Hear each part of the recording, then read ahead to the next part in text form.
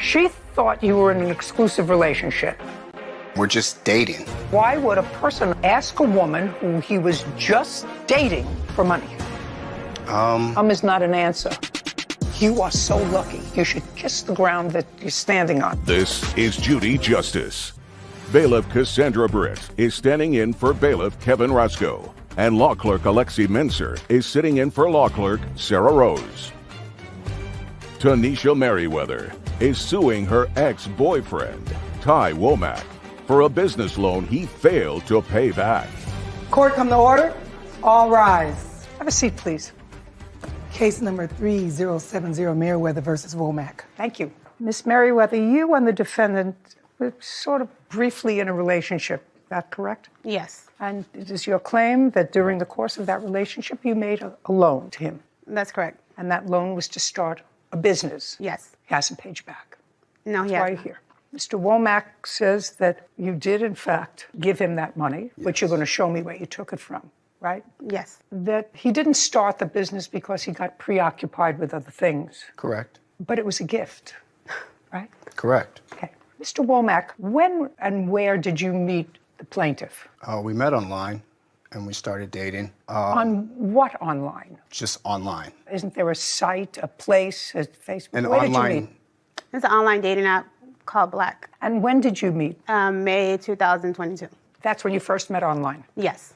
When did you meet in person? It was toward the end of May, so maybe like May 29th or something. And you both live in the same area? Correct. Where do you live? I live in Los Angeles. And you, sir? Inglewood. What kind of work do you do, Miss Merriweather? I work for a reentry program, so we assist formerly incarcerated individuals. So we help them with housing, employment, and education. And what do you do, sir? Freelance production, so pretty much all of this that's going on. Doing what? Production coordinator, writer, everything that is associated with film and TV. Who do you live with, sir? Myself. Who do you live with? Myself. Ever been married? No. You? No. Have kids? Yes, one. How old? 12. Boy or girl? It's a girl. Lives with you? Yes, she does. And you, sir? 3. How old are they? 17, 15, and 6. Are they also in Los Angeles? They are. Do you see them? Often. Who do they live with? Their mothers. But each one has their own room at my house. In your house? Yes. You pay support for them? No, we don't have support set up. Okay, so the two of you met online in May of 22, went out the end of May for the first time. At that time, Mr. Womack, what kind of work were you doing in May? Production. And according to what I read, that sort of dried up and you were blowing through your savings. I wouldn't say that. I did wrap a show, and Miss Mayweather asked me what my plans were or if I had any business aspirations. I told her. What month was this? I'd like to say the end of 2022. So you were dating from May of 2022 through December? Yes. Were you and Miss Merriweather, at least on your part, exclusive in your dating? No. Were you? Yes. Did you know he was not? No. From May of 2022 to December, did you ever tell Miss Merriweather that you were seeing other people? I let her know that dating was seeing other people and that we were dating. We weren't in an exclusive Well, relationship. tell me how you explained that to her. I'm just curious because this $5,000 is a whole bunch of money. So I would like to know how you explained to her that she was just a date. That we were dating. And in dating, you date other people. You see other people. Well, I want to know how you convey that to Miss Merriweather, because this comes in a little bit later in your story, sir. She said she didn't know that you were dating other people. We never had any talks of exclusivity. We never had That's any not talks my question. I don't know how to explain it, but I just let her know that we were dating, and she was free to do whatever she wanted to do. But you also told me. Shh. I'm getting it. Okay. When you had this discussion about this brainstorm that you were doing about how to add some money to your bank account, you're in the production business. What do you know about the used car business? Is not an answer. I've been in cars too, but I don't know anything about flipping cars. I just know that I drive a car. What do you know about it? I've gone to school for mechanic, so I know how to fix a car. Great. But about selling, I haven't done it. So About doing anything, how to buy, where to buy, how to sell. I have attended auctions before, and I have purchased cars from auctions before. Oh, good. And so you must have told that to Miss Merriweather. I did. Okay, because she wouldn't have guessed that. For instance, I wouldn't say to, my memory is not what it used to be, but if I were dating a guy who was in production, all different kinds, I wouldn't say, by the way, did you ever fix cars? Do you understand? Yeah. So that had to come up in a conversation somehow. It did. I want you to tell me how. We were talking about this is the end of the year. Different things that I've done. I've mentioned different jobs that I had. Well, how did it come up? You must have said, you know what, my job wrapped and I don't have a steady income now. And I have 3 kids and I have to support myself and they all have a room in my house. It had to have something. You weren't living together, you each have your own space, right? Yes. Okay, so it had to come up somehow. It's not a guessing game.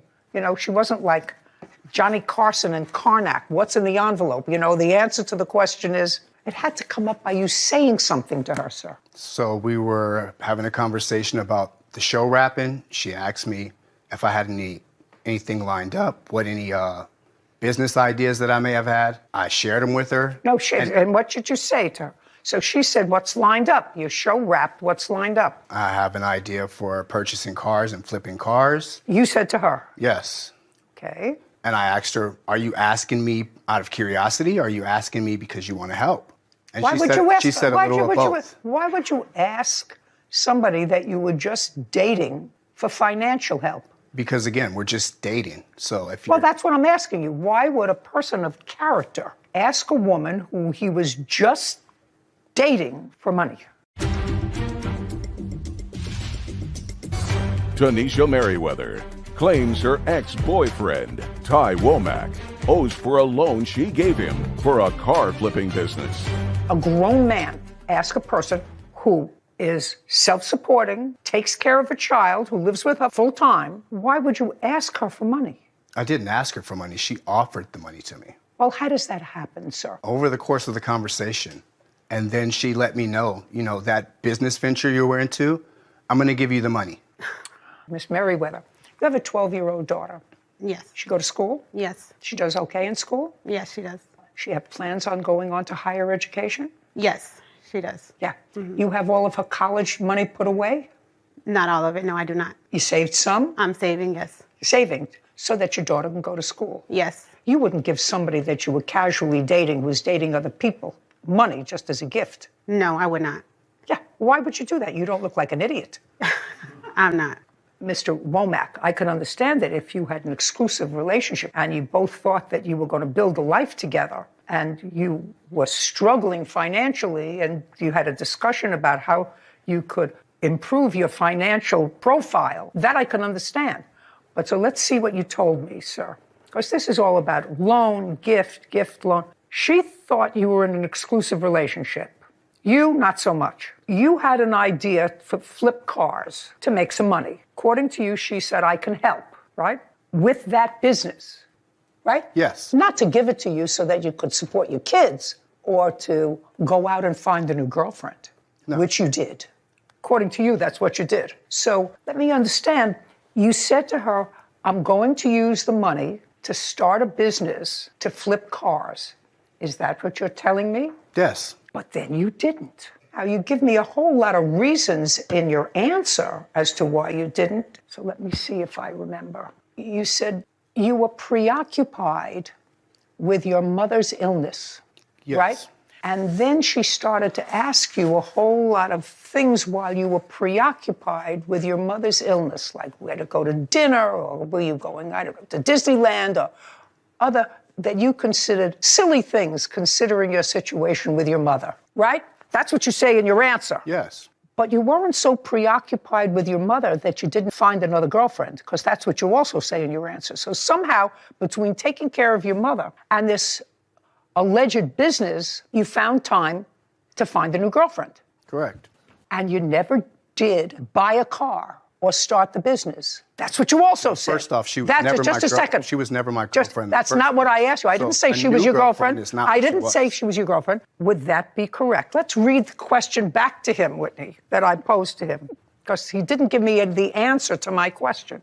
But you weren't so preoccupied with your mother that you didn't find another girlfriend, because that's what you also say in your answer. Somehow between taking care of your mother and this alleged business, you found time to find a new girlfriend, correct? Not a new girlfriend. She was never my girlfriend to start with. You mean she was never, but you found...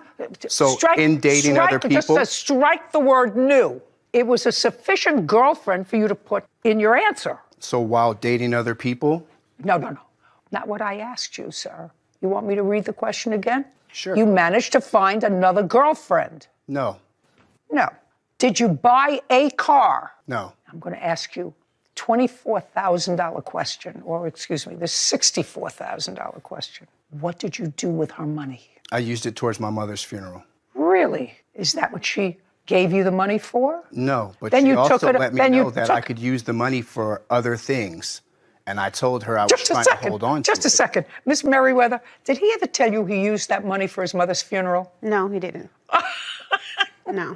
We weren't talking at that time. When did your mother die? March this year. So she gave you the money in what month? What month did she give you the money? December, January. Look December. there. December 2022. Now, you had December, so you had Christmas for your kids, right? You had January, whole month of January. So what you're telling me is you didn't spend any of that money in December. You didn't spend any of the money in January. You didn't spend any of the money in February. You saved it all up for your mother's funeral. December and January, I'm not sure if you remember, it was really rainy, and we had months of rain, like 2 solid months of rain. There were no auctions to go to because they're outdoors. And? So I couldn't go. You are so lucky.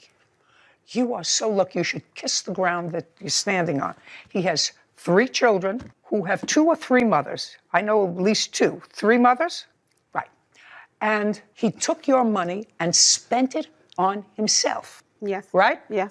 You have brothers and sisters, Mr. Womack? I do. How many? Too many to count. Too many to count. My God, I can count all the way up to 100. You're a hustler, Mr. Womack. Can I see the $5,000 that you gave him? You're a hustler, and you should thank your lucky stars, madam, that you didn't involve him in your daughter's life, because it would be a terrible thing to involve a hustler in your daughter's life. Judgment for the plaintiff in the amount of $5,000. We're finished. Thanks. Great. Court is adjourned.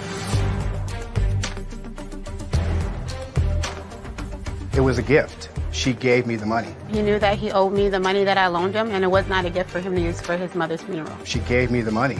And I told her once I got money from the business that I would pay her back, or she could become a partner in the business. No, we had a conversation about him starting a business.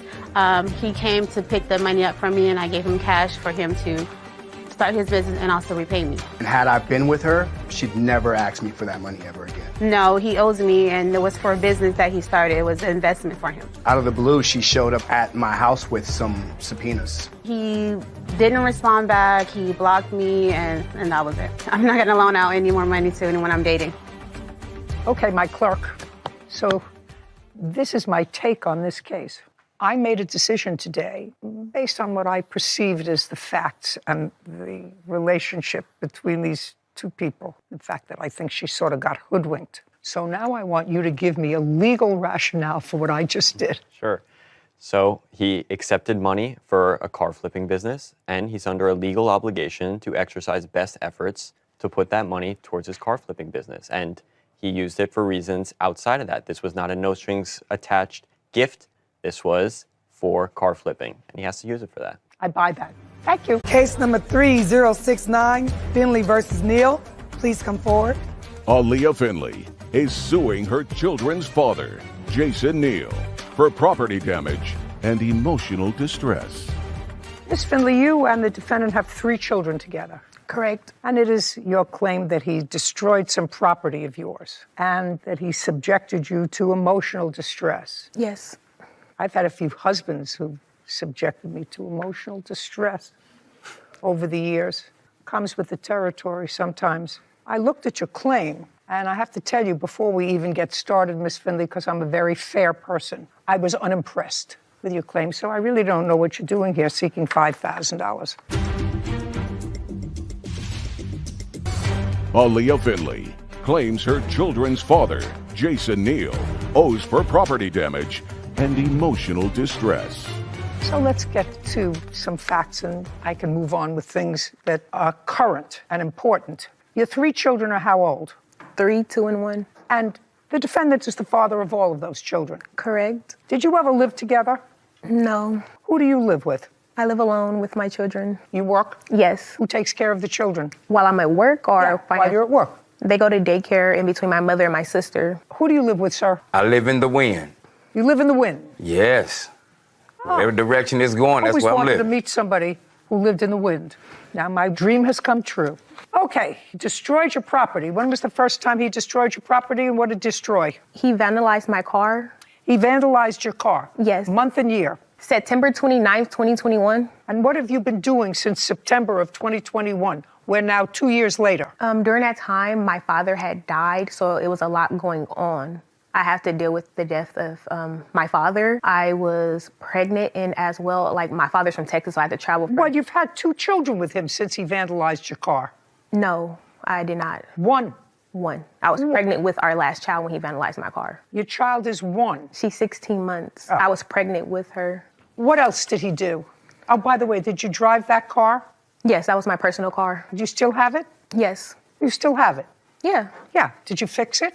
No, it was $4,500 to fix the radio. Well, he's not paying you $4,500 for something that happened 2 years ago, madam. What's next? After that, he broke my phone. Month and year that he broke your phone? It was at our baby shower. It's probably like I'm gonna say like January 2022. Well, now that's a year and a half ago.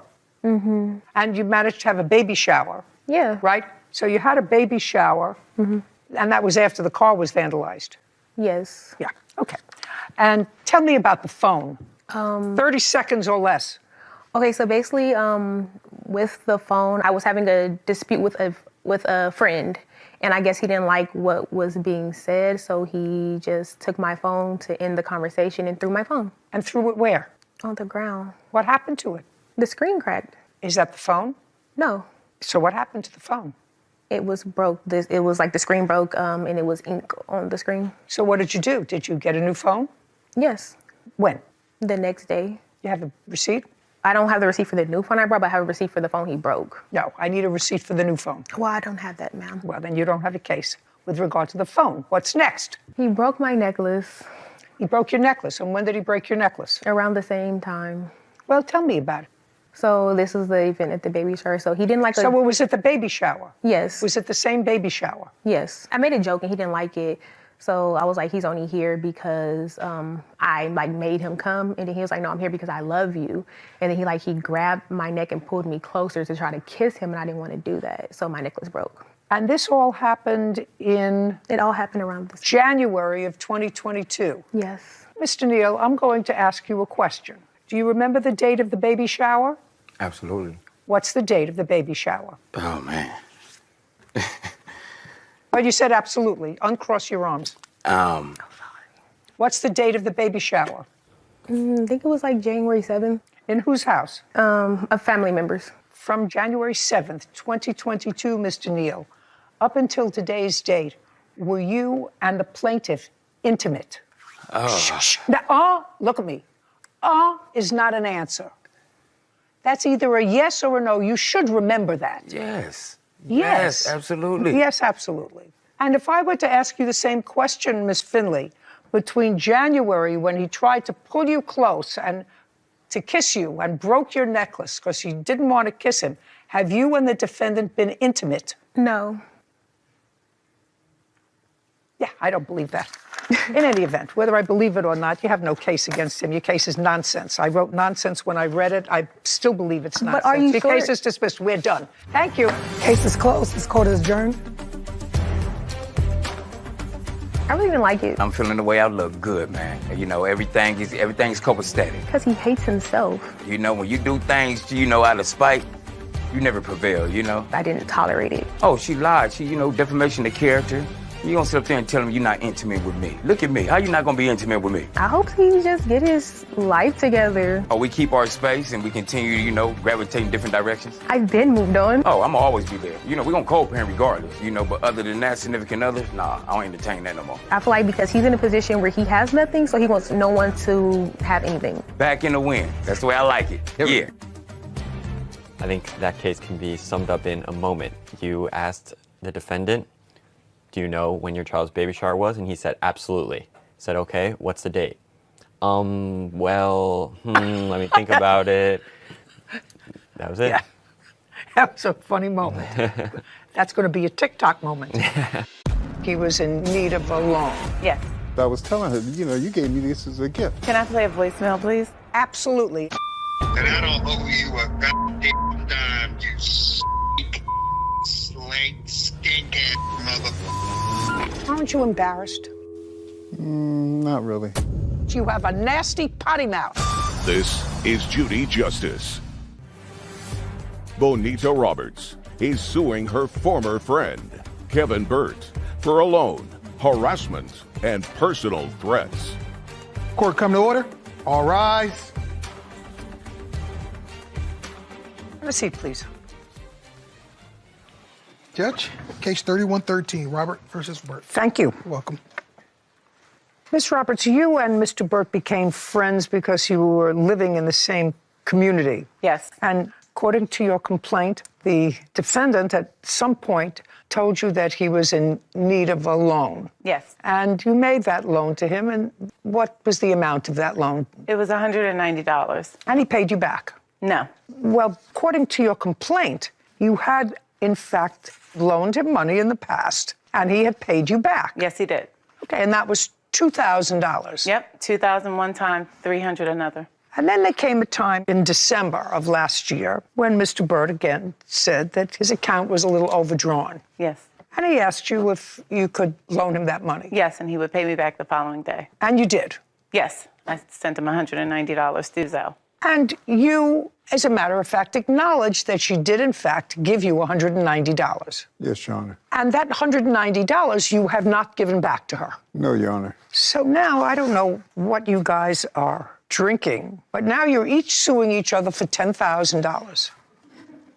You want money owed for repayment of the loan, that's $190. And the rest for harassment and threats of bodily harm. And defamation of character. No, that's not in here. That's in your fantasy world. So let's start with this, Mr. Byrd. She gave you $190. Yes, Your Honor. Why didn't you give it back to her? Because it was a gift. Did you ever give her a gift that was worth $190? Yes, Your Honor. Like what? I'd take her to dinner at the steakhouse. I would buy the dinners. It would be well over $300. How many times did you do that? We went to the steakhouse a couple of times. Okay. Tell me about the phone call that you made to her indicating your account was overdrawn. Yeah, I called her up. I was trying to get a payday loan. I called her from the payday lender place and told her I needed $190. And what did she say to you? She said, okay, I'll send it to you by Zelle. Okay. Did she tell you when she needed it back? No, she didn't. Okay. Now, at some point, she started to ask you for this money, this $190.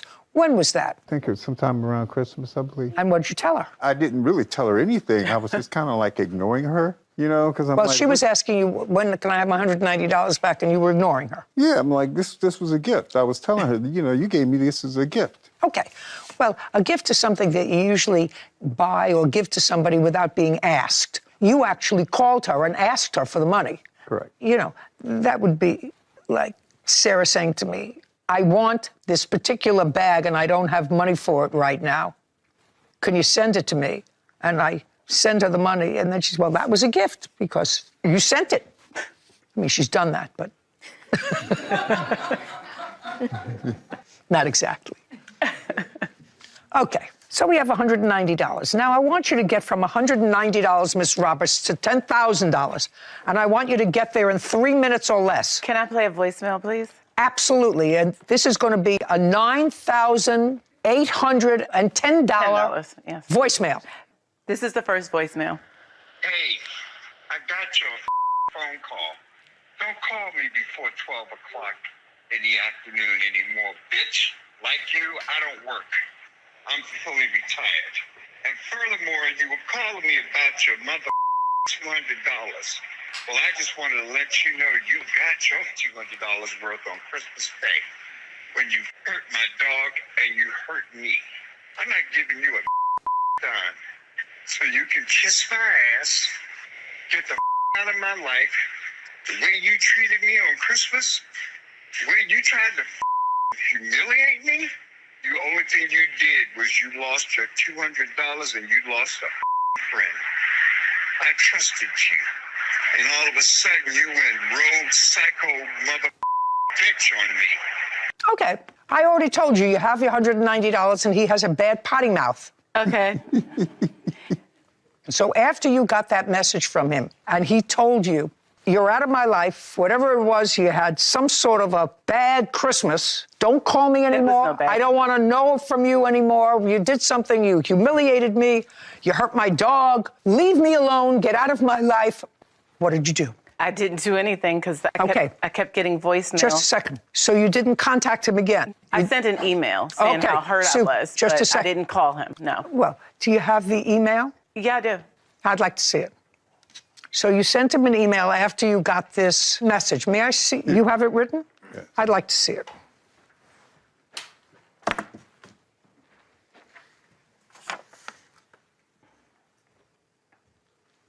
Okay.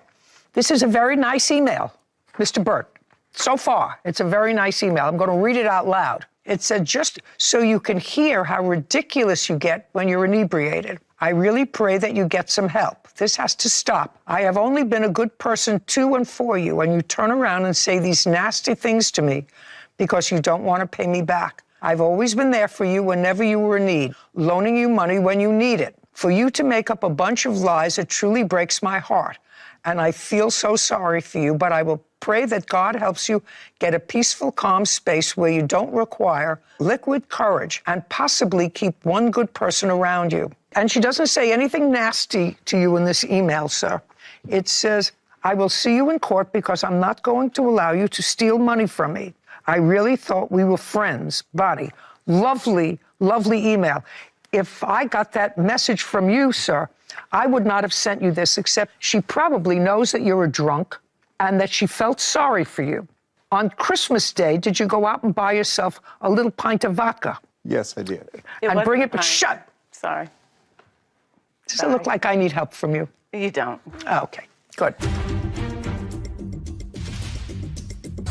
Bonita Roberts claims her former friend, Kevin Byrd, refuses to pay back a loan and harassed her. Kevin is countersuing Bonita for filing a false restraining order and emotional distress. So what you did was nasty. What you did was nasty. Now, it may have clouded your judgment that you did have liquid courage. I don't know what you needed courage from. She wasn't doing anything bad to you. Okay, so far, that's not worth a nickel.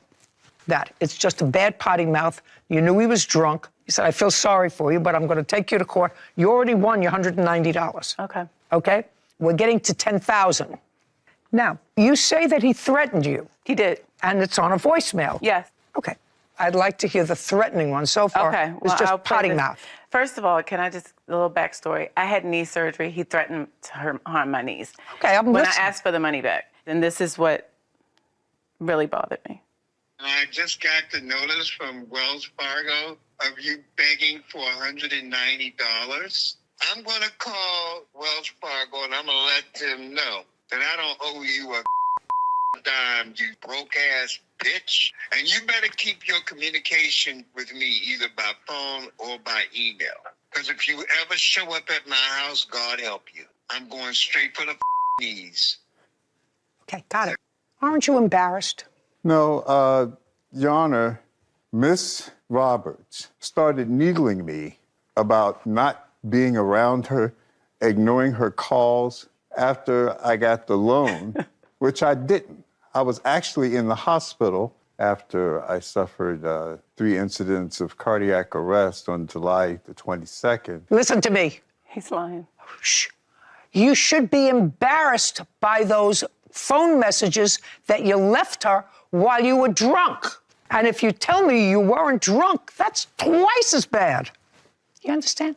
That's not the kind of communication that a grown-up adult has with another grown-up adult, especially when you get this kind of an email in response. Well, in that email, just a second. in that email, she stated that I could barely take care of myself? Well, clearly you can't.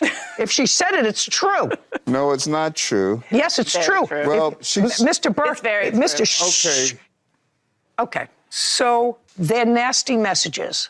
She knows that when you left those messages, you were drunk. You know that, correct? Yes, I do. And you know that he said, don't ever come to his house, because if you come to his house, he's going right for the knees. And I was very vulnerable because I had just had surgery. I get it. You weren't going to his house either. I wasn't. Okay. But at some point, you filed for a protective order against did. him. And that's his counterclaim for $10,000, that you filed for a protective order against him, and that was ultimately dismissed. Yes. As I would dismiss it if I were hearing this application for a protective order. In any event, I don't like the messages that you sent to her, so your counterclaim's dismissed. Do you understand? Yes, Your Honor. If you can't hold your liquor, don't drink. If you're retired and you sleep until noon because you're drunk every day, that's not a smart thing for you. And if you've been in the hospital because of cardiac arrest, it's twice as not smart for you, right? Right. Yeah, right, unless you can't stop. If you can't stop, check into Betty Ford. Judgment for the plaintiff, and I'm awarding you $500 because I wouldn't like to listen to those messages either. $190 for what he owes you, and the rest is because you have a nasty potty mouth. We're done here. Thank you. Well, she Court is adjourned. should have stopped calling me. She sees me buying a bottle of vodka, and she gets an attitude like, you owe me $190, but you're going to buy vodka? I'm happy. I got what I wanted. I just wanted my money back. I think she was taking advantage of me because of my medical condition. Of what? What? What would I take advantage of from him? He has nothing. I had told her before I made those messages to leave me alone, but she continued to call me. Nothing. He's a thing of the past for me. I just find it so ironic that in all of those potty-mouthed messages where he's calling her a broke-ass bitch, he couldn't afford the $190 overdraft fee on his own account. So it's just, That's funny. She was a nice lady. She was, and I think she expected him to pay her back, and he's just a drunk he's who just had an no old drunk. intention of paying her back. Case number 3096, Corcoran versus Curry. All parties, please step forward. Christopher Corcoran is suing his former employee, Joshua Curry, for unpaid legal fees. Mr. Corcoran, the case is relatively simple and straightforward. It is your claim that the defendant owes you for legal fees that you paid on his behalf. Yes, Your Honor. And Mr. Curry says that there was never an agreement to pay you anything, and you paid legal fees for him for a criminal matter because he was such a valued employee that without him, your business couldn't function. That's very true, Your Honor. Okay, so that's relatively easy. How long did you work for Mr. Corcoran, Mr. Curry? From when to when? For August of 2020 until September of 2023. And how much did you earn? 200 to 300, depending on how long it was. So you want to tell me when you got into some legal trouble? It was July 5th morning, about 4 o'clock in the morning. I had heard some news from one of my friends passing away from a motorcycle wreck, and I was just a little emotional. Went on a motorcycle ride myself, and the police tried to pull me over, which I made a bad decision and didn't pull over. Well, let's go back a second. I just want to make sure I'm hearing it right. You got some very bad news that a friend of yours had been killed in a motorcycle accident. Yeah. And you were very upset about it. Well, emotional, yes. You were upset about it, hadn't been drinking. Nope. No drugs. Nope. So at 4 o'clock in the morning, you decided to go on a motorcycle ride. Yep. Where did you take your motorcycle for a ride? I was just going for a ride through Marymount. And is that a big town or a little town? It's a small little town outside Cincinnati. And the police must see you because you're going to tell me what happened when the police tried to pull you over. Well, there was like a medium from one direction to the other from the way the cop was coming. I wasn't speeding. I wasn't doing anything illegal. They busted you. He came up behind me and was trying to pull me over for what I thought for no reason. So the police were trying to pull you over while you were riding your motorcycle? Yes, ma'am. And then what happened? Emotions got the best of me. I flipped the Byrd and just took off. Okay. Christopher Corcoran claims his former employee, Joshua Curry, owes for attorney fees he loaned to Joshua. So you made a middle finger gesture Yes, ma'am. and took off on your motorcycle. That's right. How fast did you take off? I probably hit 100 miles an hour at some point. So now you're driving 100 miles an hour through this small town in Ohio. Police try to pull you over. High-speed chase. They finally got you to pull over. Yes, ma'am. And they arrested you. Well, they impounded my bike, and they actually took me home once they realized that I didn't do anything wrong. Don't tell me what they realized. You can't tell me what they realized. They impounded your bike. Yes, and they drove me home and gave me failure to comply. So they gave you a ticket. Well, it's a ticket, which was a misdemeanor ticket, yes. Were you originally charged with a misdemeanor or with a felony? I think it was a misdemeanor. It was a misdemeanor. Let me see what you're looking at.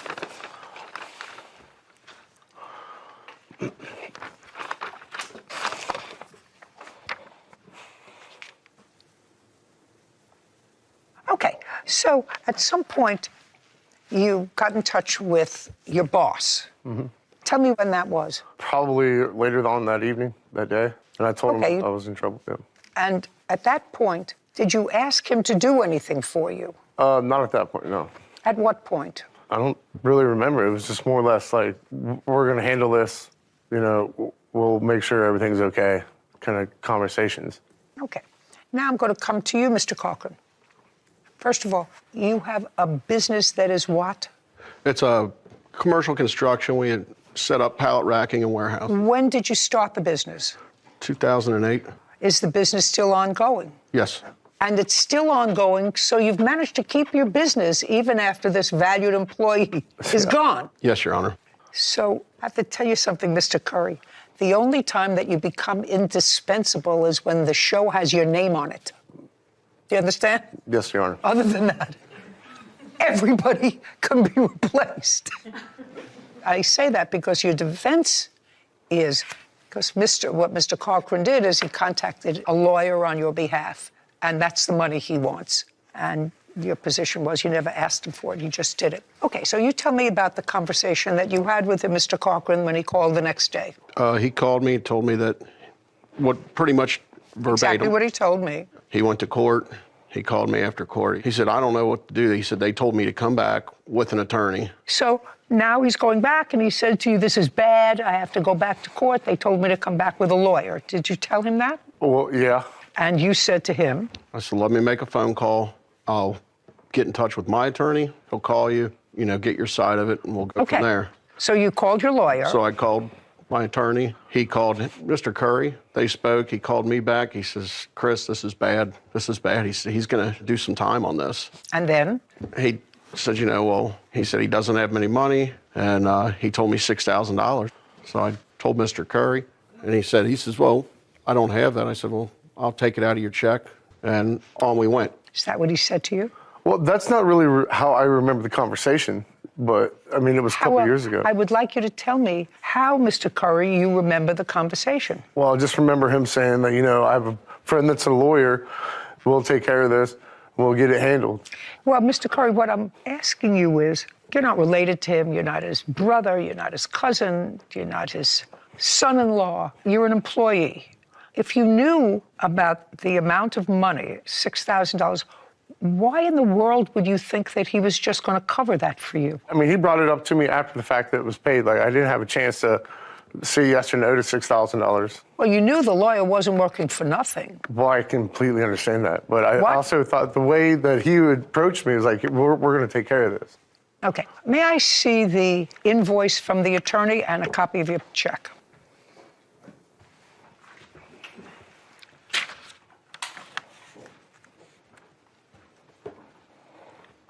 You have a copy of your check? No, I paid cash.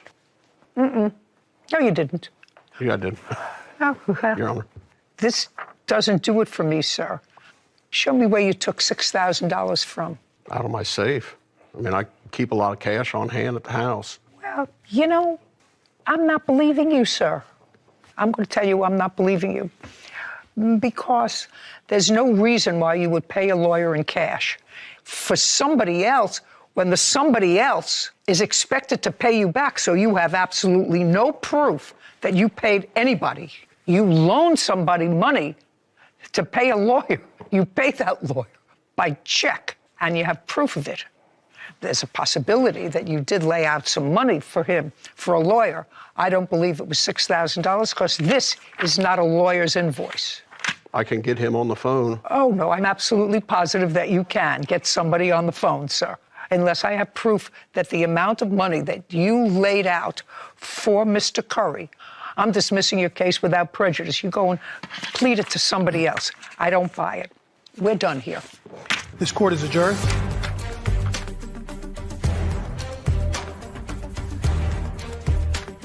If you're making a loan to somebody, especially in a case like this where there was no family relation, no, like you said, no particular reason why the plaintiff would just out of the kindness of his heart step up and pay this bill, I would want a paper trail or 2 or 3 to ensure that they could not go back on their word to repay you for the loan that you so nicely laid out for them. And I found it almost as odd as you that he paid cash and didn't even have anything as far as a handwritten note that said, I paid this to the lawyer on this day, signed by someone. It doesn't even have to be official, but just pulling $6,000 out of your safe in cash, it's less than what we needed for his loan. You know, what's interesting, Sarah, is I actually think he got a lawyer to go in with him on what was a ticket. Yeah. But certainly no lawyer would say, oh, that's very serious. He's looking at serious jail. That's baloney, unless there was another charge there. But I don't see why a lawyer would demand $6,000 in cash. It doesn't make sense to me. And if it doesn't make sense, it's not true. I was coming from being chased. There was no speeding car following you. They should have been right behind you. I turned, and I guess maybe they kept going straight. I guess not. Yeah. This is Judy Justice. Andre Skates is suing motorist Melissa LaChapelle for vehicle and property damage. Court come to order. All rise. Have a seat, please. Judge, case 3132, Skates versus LaChapelle. Thank you. You're welcome. Ms. LaChapelle, I'm going to start with you because this case is relatively simple. You hit his parked car and moved it from the street where it was by virtue of the force of the hit onto somebody else's lawn. Yes, ma'am. And the date that you did that was May 1st of last year. What time of the day? I believe it was in the afternoon. What do you mean you believe it was in the afternoon? How many times have you hit a parked car? My first. Well, then I would know what time it was. Approximately what time was it on May 1st? Around 2, 3 o'clock. In the afternoon? Yes. Where were you coming from? I was coming from being chased. Where were you coming from? Prior to the accident, I was just sitting in a parked car. So I was driving, and I had a conference call come in, so I just pulled over so I don't drive. You pulled over randomly. And parked where? On Florence and Western. How far is that from where you hit his parked car? Maybe about a couple of miles. Did it take you 5 minutes to get there? 10 minutes to get there? How long were you traveling? 15 minutes. So you were driving for 15 minutes from the time your car was parked until you got to where you hit his car? Yes, ma'am. And what kind of car were you driving? A Dodge Journey. Was it your car? Yes, ma'am. Was it totaled as a result of this accident? Yes, ma'am. Okay, now you're going to tell me the story that you're going to tell me about the circumstances surrounding your hitting his parked car. Well, on September 16th of 2022, I had a hair appointment. I showed up at my hairdresser, and there was no show, no call. So moving forward, I set an appointment with another young lady in the salon, and I got my hair done. And so when I reached to make the payment to pay her, I came across being scammed. So I explained to her. Came across being? Scammed, like someone hacked my bank account for the funds. Okay, and you have proof of that from your bank?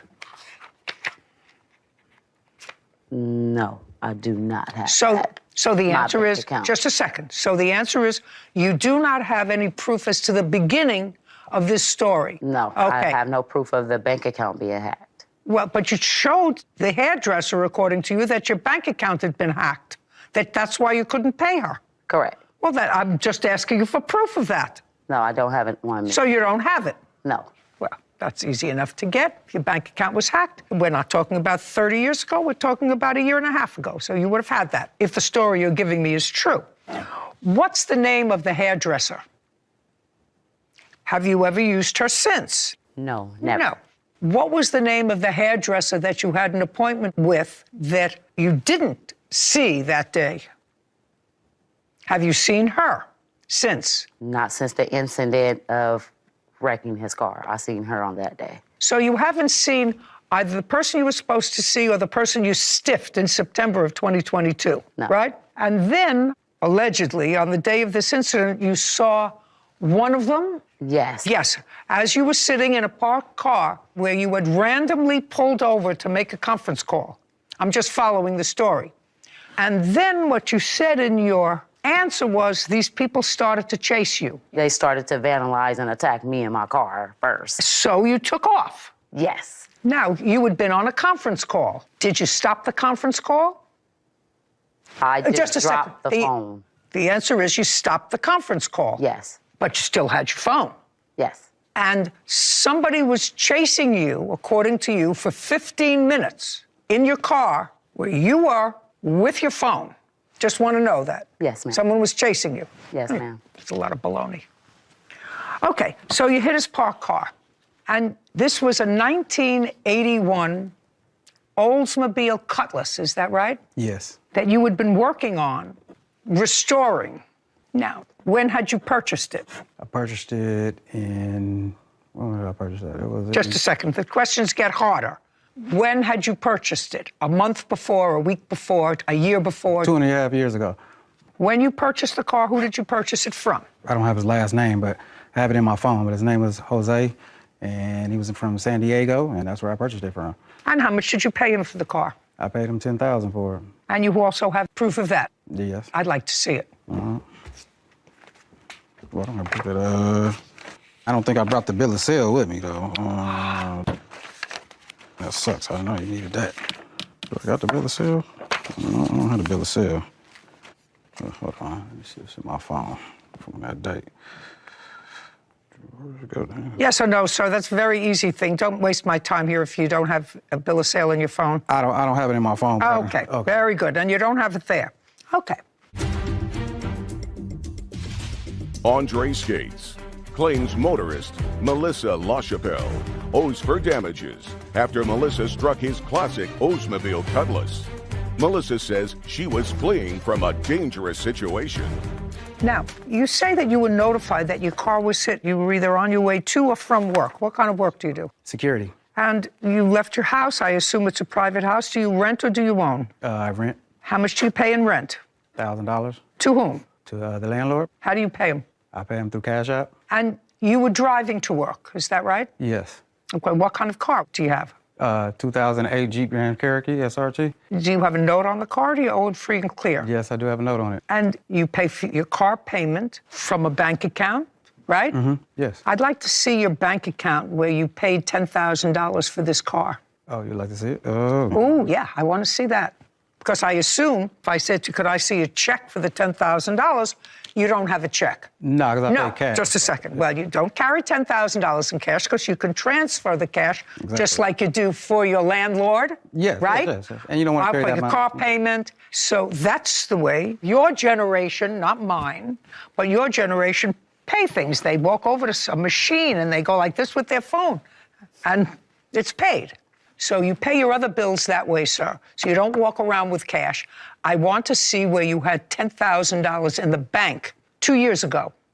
I know you're going to ask me that. Okay. You want to see a photo? Yeah. Mm-hmm. Okay, Automotive Classics. So tell me how much this is. Oldsmobile Cutlass. Okay. So they range. There's some that are very expensive, like $28,000 that I've seen that are fully restored. And then there are some, like this one was $22,000. But then there's This some, is the 81, yeah. Yeah, but then there are some that were not restored that I saw for about $8,000 or $9,000. Mm-hmm. Not restored. Yeah. Okay, great. Thank you. Mm-hmm. Wiley's, look, you have a copy of the police report? No, we didn't have a police report because no one was injured. That's not why you don't have a police report on that kind of an accident. Could have killed somebody. Yeah. Okay, Mr. Skates, let's go. Do you have it or do you not have it? Yeah, I'm pretty sure I have it. It was 2 years ago, so I got to go all the way back. Well, you should have had it with you. You're suing her for $10,000. So all I want to see is how much you paid for the car. You say you paid $10,000. Yeah, I know. You don't have a bill of sale. I just want to see where you had $10,000 in the bank and then it was paid out to Jose. You do understand, Mr. Skates, that that would be on you. You have a whole bunch of papers there. You do not have a bill of sale on the car. You don't have any proof of what you paid for the car except your word that you paid $10,000 for it. It's very easy to go back and get those records. We're not talking about 30 years ago. No. I know. You got a whole lot of papers there that are irrelevant. And your insurance company, according to you, valued the car at $3,500 and paid you because you did have insurance on it. Yes. So all I want to see is what you paid for it. No, I'm trying to... Just a second. You have a video of this accident? Yeah, I do. Keep looking. Okay, all right. Do you have a video of this accident? Yes, I do. Play it. I want to see what the car looked like.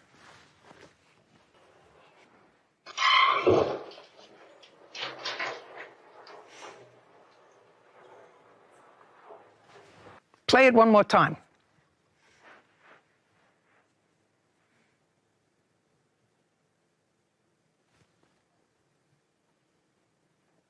Keep going, keep going, keep going, keep going. I'm just looking, by the way, Miss LaChapelle, for the people who are chasing you. Because now you hit the car, they should have been right behind you. They were chasing you, right? I'm looking at this, and now you're all slowed down because you fit a car. I don't see one car pass by there. Not a one. Correct. Yes, correct. Of course, it's correct. I turned, and I guess maybe they kept going straight. And then that's when I had the accident. I guess not. Okay.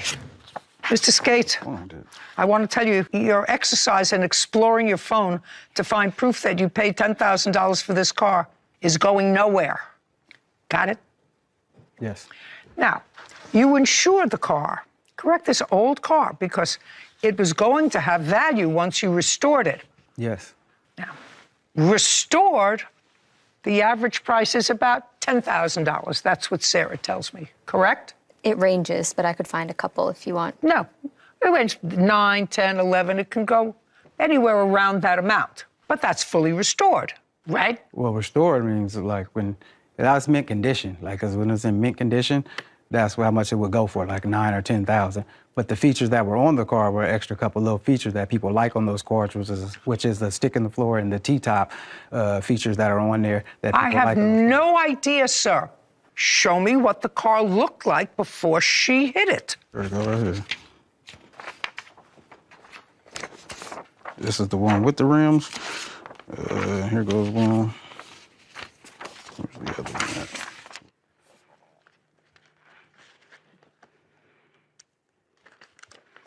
Oh, that's good looking. Now, when you bought the car, sir, was it running? Were you able to drive it back from Jose's? No, I had to get it towed. So when you bought it, it was not running? No. So you didn't pay $10,000 for it? Yes, I did. Yeah, I don't believe that, sir. There's one car available for sale that's a 1981 Oldsmobile Cutlass that's drivable, that's $5,100, not fully restored. That's today. That's why I was saying the features that it has on it. I don't care about the features. You bought a non-running car that had to be restored to running so that you could resell it. You hoped for a profit, but there's no way you spent $10,000 on the car, because then if you were putting in all new parts and restoring it, you would never be able to recoup your money. Yes, you can. No. Can I explain? Because I put a lot of money into it, and the resale value once. Just a second. Okay. So far, I don't believe that you paid $10,000 for it, not running. Now you're going to show me what you put into the car. Okay. You see, if you told me the truth, sir, and if the insurance company only paid you $3,500, I would have paid you what the value of a non-running car would be, plus everything that you put into it, less the $3,500 that the insurance company paid you for it. So if you have everything that you put into it, the only thing you don't have is what you paid for it. Am I correct? Yes, you're correct on that part. Okay, so now let me see what you put into it. Oh. Dre Skates has accused motorist Melissa LaChapelle of crashing into his classic Oldsmobile Cutlass. Melissa claims she was being chased by another vehicle. Now, all of your receipts for the car parts that you purchased total $9,393. Less the $3,500 that you were paid by your insurance leaves just for the parts alone $5,893. Even if you paid $5,000 for the car, you're at $10,000. Do you understand?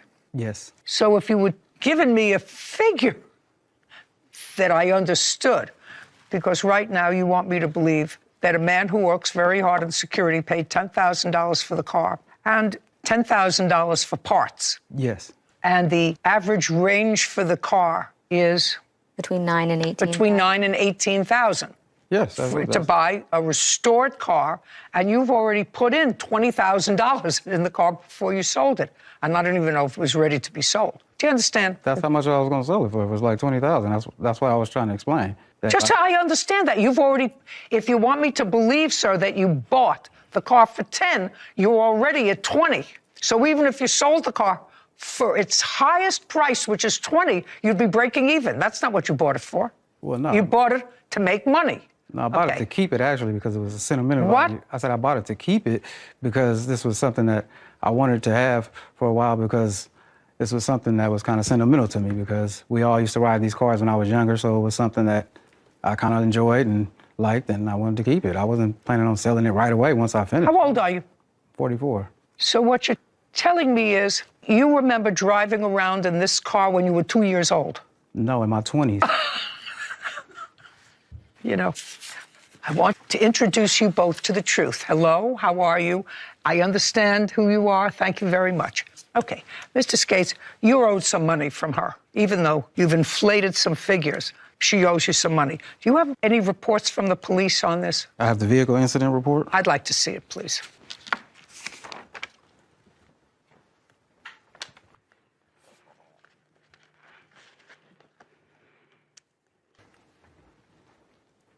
Can I see just the proof from your insurance company, please, of what they paid you out on the car? And her insurance paid you, is that right? No. Was your insurance? Oh, you said my insurance? Yeah, my insurance paid me, not her. Why didn't you? Hey. Her insurance paid me. Put your phone down. Oh, I have it on my email. Why didn't your insurance pay him out?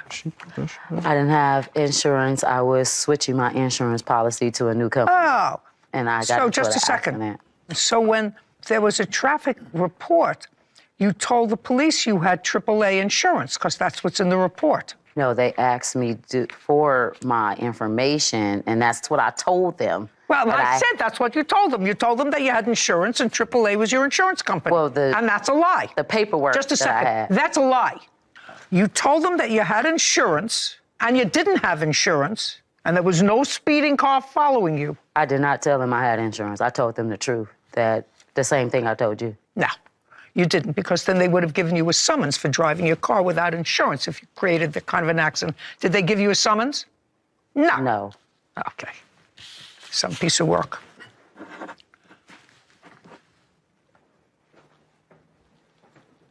So your policy limit was $3,500. Is that Yes. Is that correct? Mm-hmm. Okay. Where is the car now? The car? It's not an answer. Where is the car now? In front of my yard. Okay, so you have it. Yes. And this incident took place on May the 1st. Yes. Why is it still at your house? Because I plan on getting another one and rebuilding it. So you plan on using it? Well, I plan on using it for parts because I can't do anything else with it. Or you plan on using it for parts, whatever it is. Do you have a photograph of it? Yes, I now, do. I'd like to take a look at it. There's a couple more.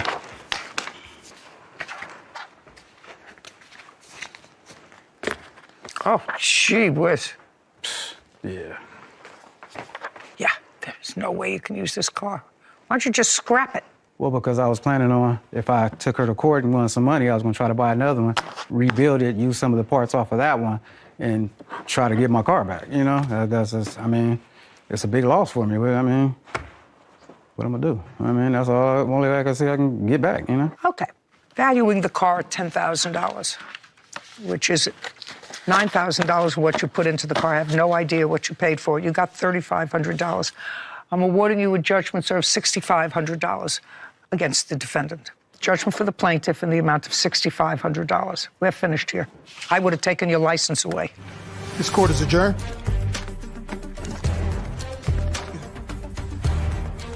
Because I was running from someone chasing me for my life. It was self-defense. That she was being chased by some girls, that they stole some hair or something like that. And I was like, well, where are they? We didn't see anybody there. If they were chasing you, why didn't they stop and come and get you? Why didn't you crash? Because that was their time to get you if they were going to get you. Because the person was not turned down the street as me, so it is what it is. But then she mentioned it to the judge, but didn't mention it to the police. And she said it to me because I was wondering why you were going so fast down a narrow street with a bump on it. And that's what she said, that some girls were chasing her over some hair. I am still driving, but not that vehicle. It's total. It's time to get a new one. You know, common sense is a great indicator of truth. And I think that if the defendant's story was true, that she was being chased and harassed by these two hairdressers, you have your phone in your car. You laid it out perfectly. That you make a quick 911. You call them and you say, oh my God, these crazy people are chasing me. or none of it ever happened. Or when you finally cause an accident like that and your car is severely damaged, and there's nobody chasing you. Yeah. You stop to wait for the police, and when the police finally come, because she was looking to boot out of there, you say, these women were chasing me. I know who they were. Yeah. You would create a police report. Yep. Just a whole lot of who shot John. It's unbelievable to me that people can make up interesting stories. In 2022, she had one hairdresser appointment. She had Very intricate. Very, very intricate. Nobody has any proof. Yeah, they never do. Sometimes they do, but not in fishtails like this.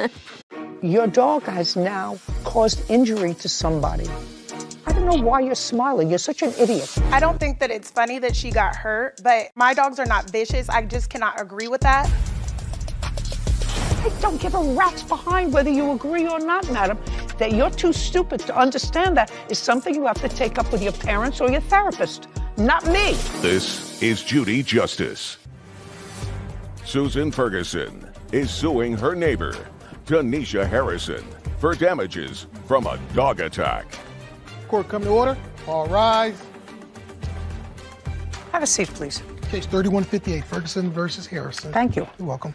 Miss Ferguson, it is your claim that the defendant's dog, her unleashed dog, caused a serious injury to you, compound fracture of your ankle, and injury to your dog, a puncture wound that was, in fact, attended to by a vet. You were hospitalized for 4 days. Most of your medical bills were covered. You did have some that were not. Your lawsuit asks that she be responsible for your injury, the dog's, including pain and suffering. Yes, ma'am. Ms. Harrison said, all your fault.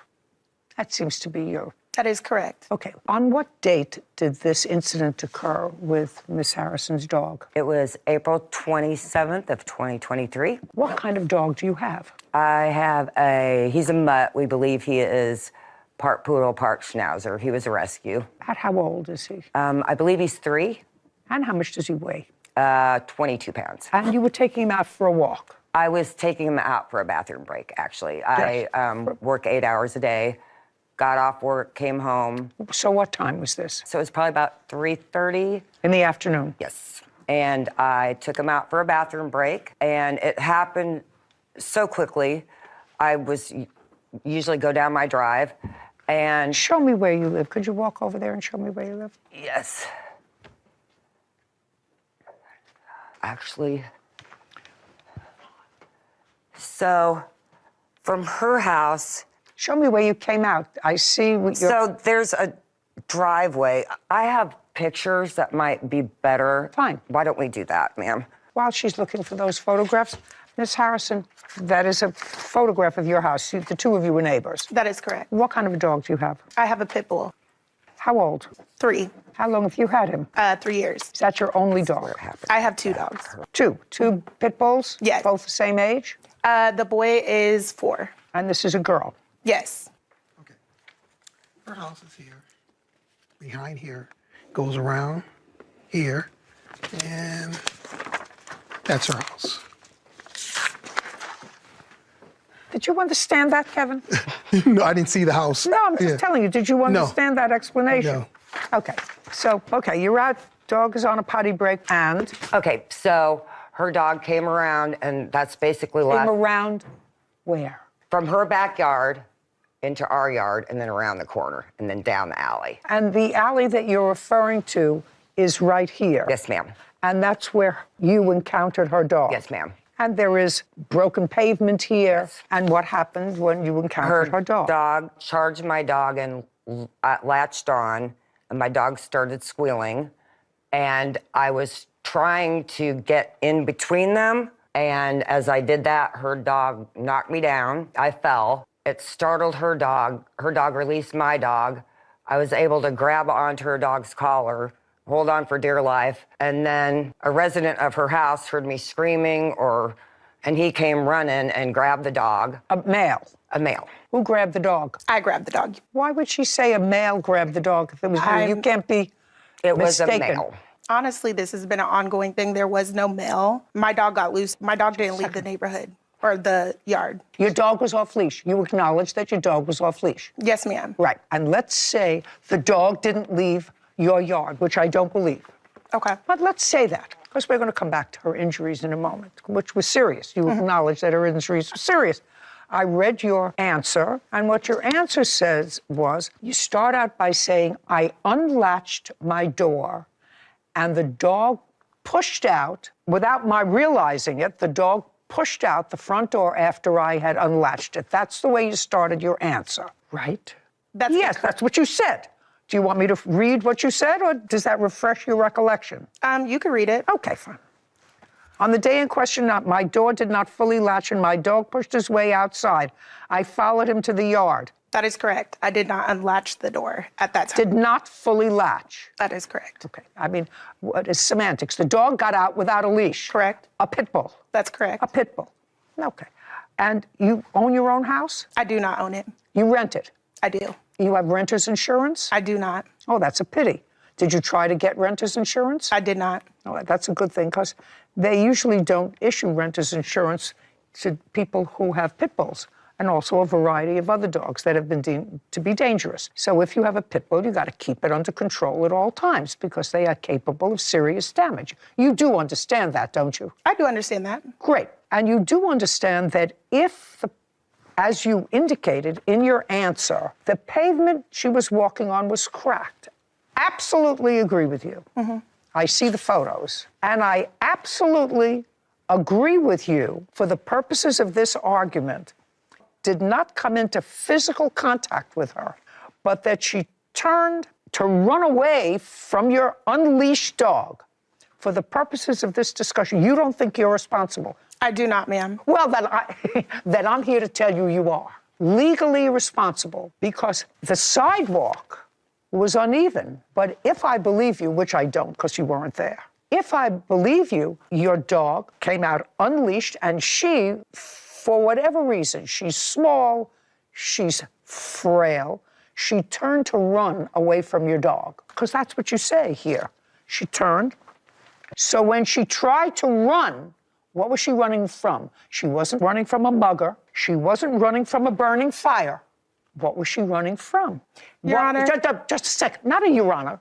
Yeah, answer my question. Rightly or wrongly, she was running away from an 80-pound pit bull that you allowed to run unleashed, whether it was on your property or not. I don't believe it was on your property, but let's say I believe. It doesn't matter. Your unleashed dog put in a series of events in place that caused her injury. Don't you understand that? I mean, are you that stupid that you don't understand that?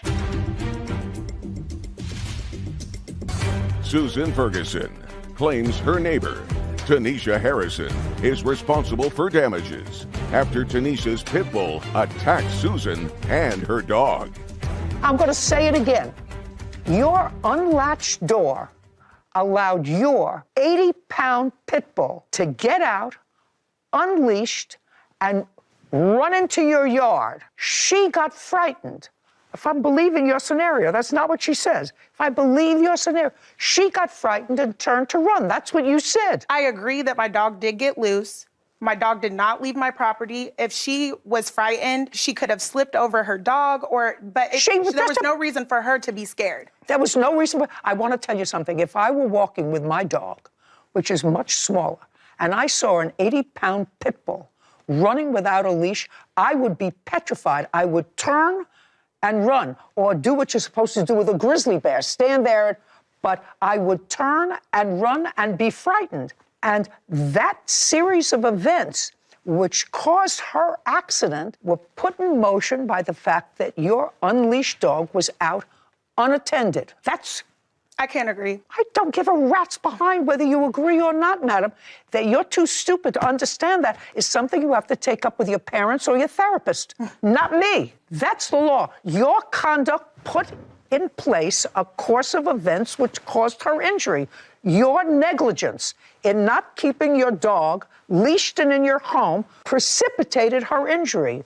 Or, as they put it in a very famous case in the law, but for your action, she would not be injured. But for the fact that your dog got out unattended, whether the dog pushed her or she got frightened, that series of events was precipitated by your negligence. Whether you agree with me or not, I don't care. And whether you understand it and whether you're simple-minded and don't get it, I can't control that. You choose to have two potentially dangerous dogs that other people are afraid of. My dogs are not vicious. I want to tell you something. The last article that I got was 2 weeks ago about a pit bull killing a baby. Not my dog. I have to tell you something. I have a little dog, right? And yesterday I was playing with her and playing with a sock. And I was making believe that my hand, like an idiot, was a sock, was a puppet. And she was trying to get it. And one of her little teeth went through my arm. So I put some peroxide on it. She's not an 80-pound dog that is #1 on every state's most dangerous dog list. Numero uno. You choose to have, you and the rest of the stupid people that choose to have those dogs, you have to take responsibility for other people being frightened of them. Madam, I can't tell you why I have a drawer full of people who say, my dog would never hurt anybody. But I have to tell you, other people don't feel that way. So if you choose to have a pit bull, you make damn sure that that dog is under your control at all times. Can I see photographs of your injuries, please? You have medical reports? I've never seen this picture. I never want to see it, but that's a picture of my injury. I'm actually a little skittish myself about those things, but usually only when they are on me. I can usually look at them if they're on somebody else.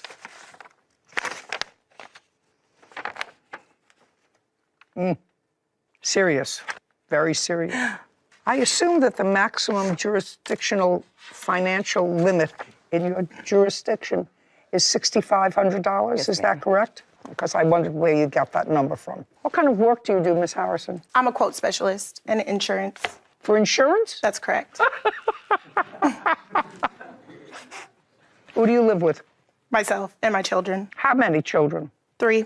How old are they? 14 and 2 8-year-olds. And I do have a paper I'd like you to take a look at that shows that everything that she is claiming was unknown on this day. It all came after her incident. Okay, I'm going to see what you have to tell me. The admission date was April 27th, which was the date of this incident. You actually said that you saw your dog, so you know that she fell, and you actually say that you took the dog back to your house. She said it was a male. And since I don't believe that the dog was on your front lawn, I tend to doubt everything else that you're telling me. But you said you saw and heard ambulances and fire trucks right afterwards. You said, so I don't understand what you're telling me. It was probably about 10 to 15 minutes that I heard the ambulance arrive. I didn't realize at the time that she... When you grabbed your dog, did you see the plaintiff? I did see the plaintiff. And just a second. And where was she when you saw her? She was up by her home. Was she on the ground? No. What was she doing? She had her dog, so it appeared she was gonna take it on a walk. I'm not for sure what she was doing. Okay.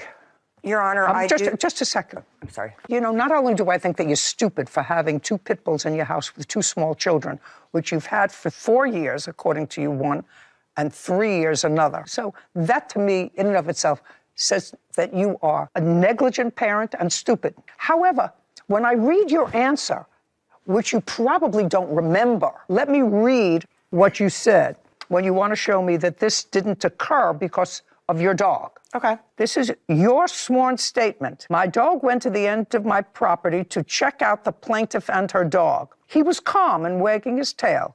The plaintiff's dog was skittish and barking. As my dog approached, the plaintiff freaked out.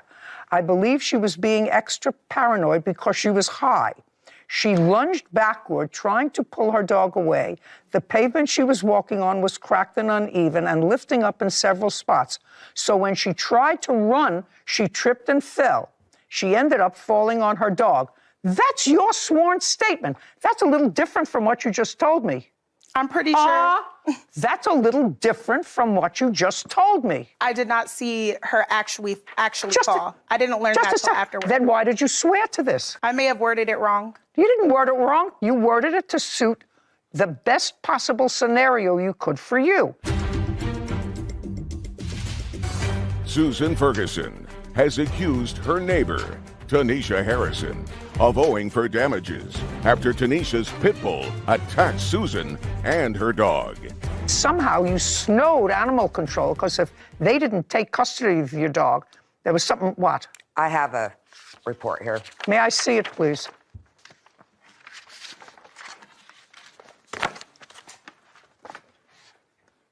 Okay, so the synopsis of the Iowa Police Department says, April 27, 3:51, I was dispatched to an address in regard to an ambulance call involving a possible dog attack. I was told that Susan Ferguson had fallen while trying to protect her dog, Max, from the neighbor's pit bull, resulting in a broken ankle. At this point, I was unaware of any of the issues involving the neighbor's dogs, and thought this to be an isolated incident.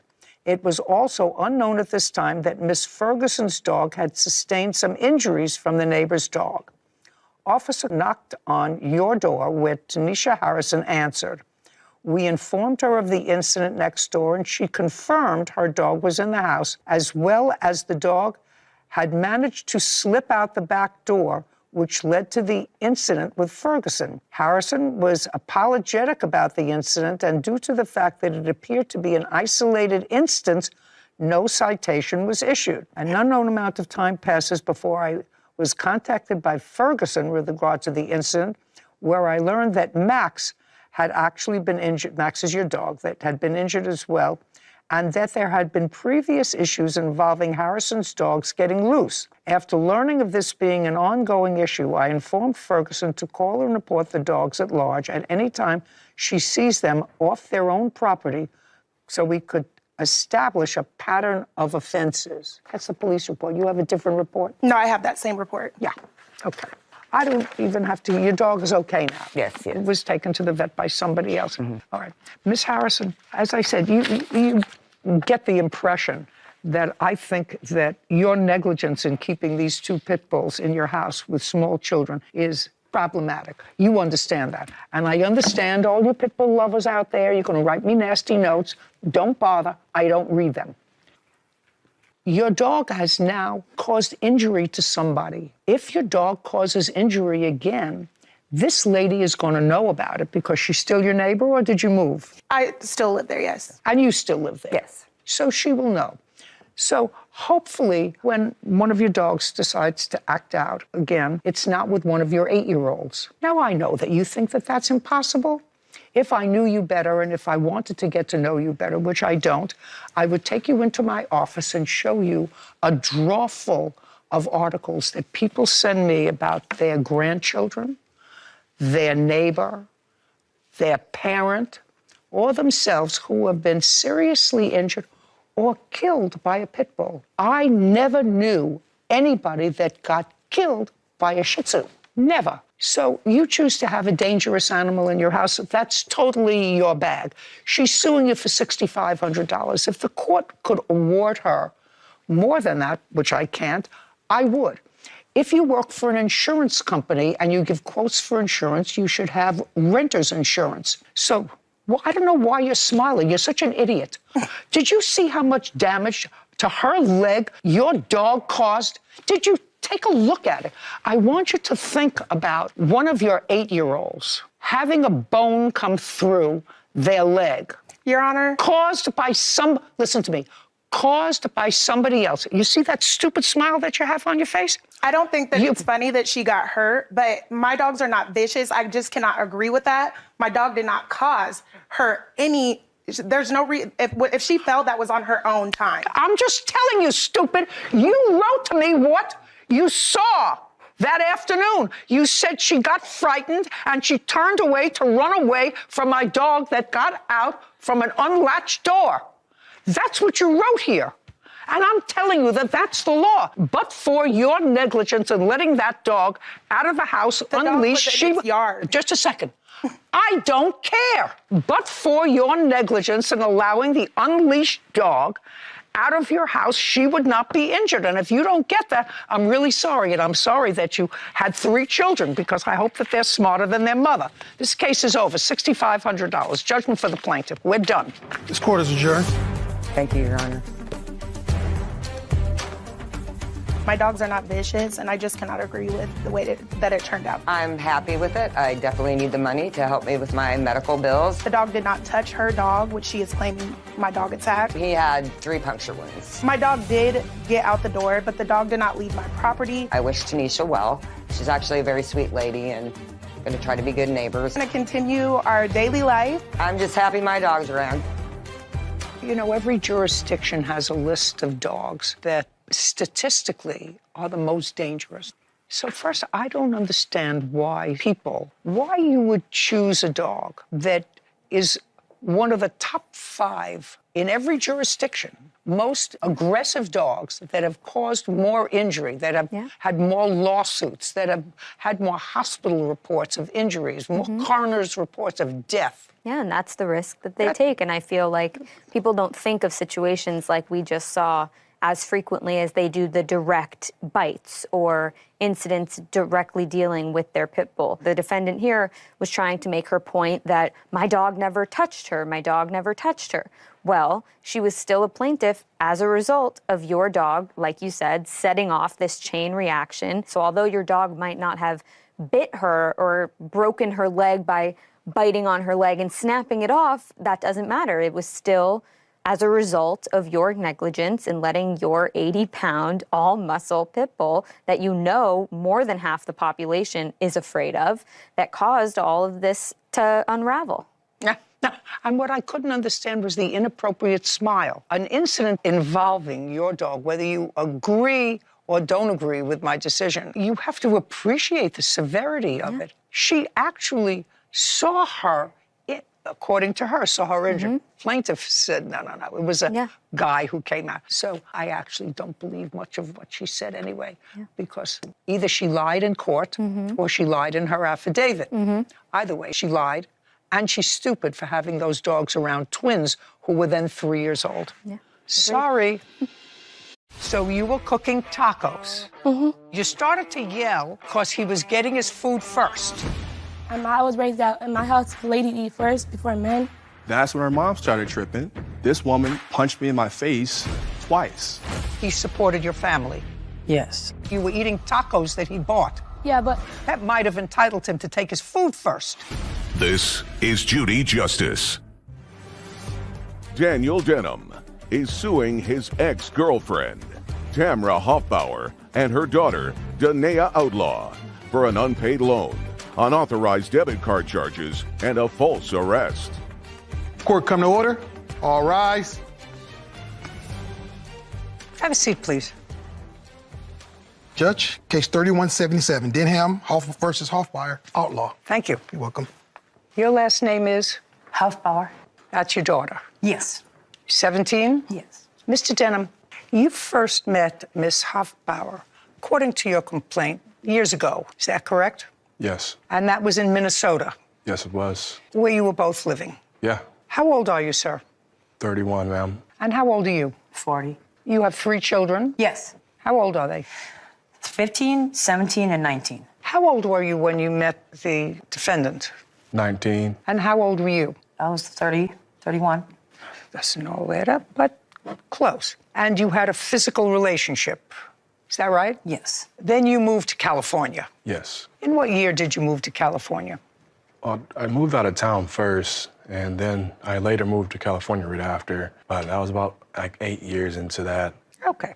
And then somehow you and Miss Hoffbauer reconnected. When was that? I was around, it's like November of 2022. It was a year of 2022, I know that for sure. I'm not quite sure of the date, but it was in... You reconnected how, on the internet? Yes. And according to what I read, you became close again, and you decided that you would move back to Minnesota, where Miss Hoffbauer lived with her 3 children. Mm-hmm. Is that right?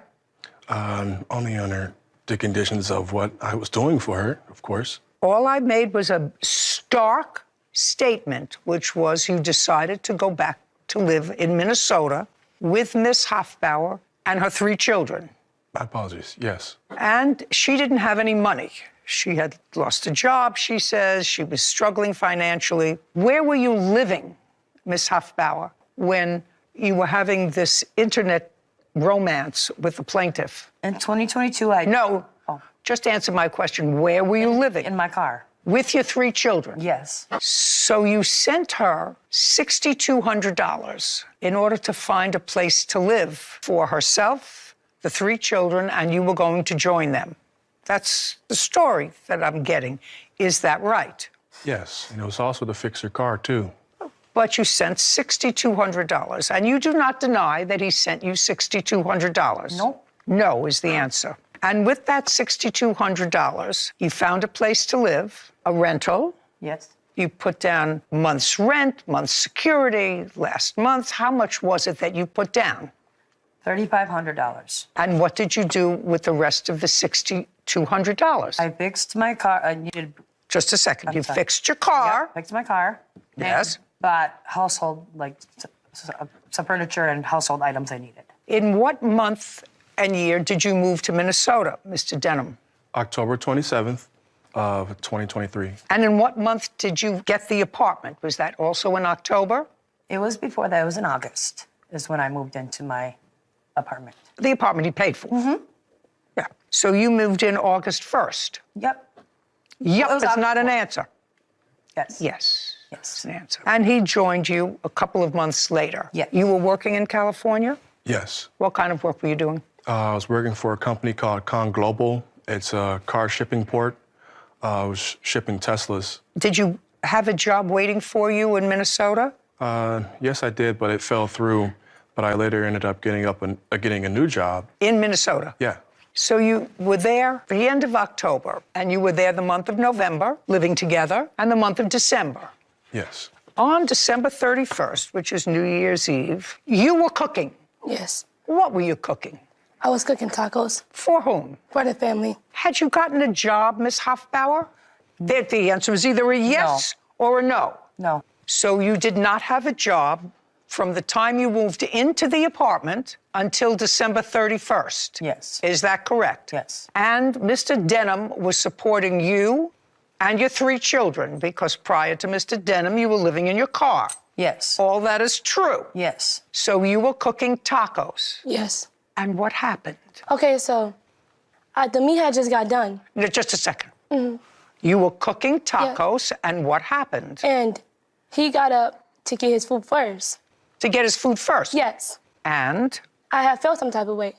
You speak slowly so that I can hear you. I had felt some type of way when he got up to get his food first. What did she say? She felt some type of way when he got up first Well, to get his food. what kind of way? Don't speak. What kind of way did you feel when Mr. Denham got up to get his food first? And I want you to speak slowly so I don't have to use an interpreter. I felt like aggravated, because I feel like he shouldn't have got his food first. That he should not have? No, because I was raised, and I was raised that in my house, ladies eat first before men. That's how I was raised. And I felt some type of way when he got his food first. Okay, so you were annoyed, some type of way. Yep. An unhappy type of way. Mm-hmm. An unhappy type of way when he went to get his food first, right? Mm-hmm. Uh-huh, it's not an answer. Yeah. Yes is an answer.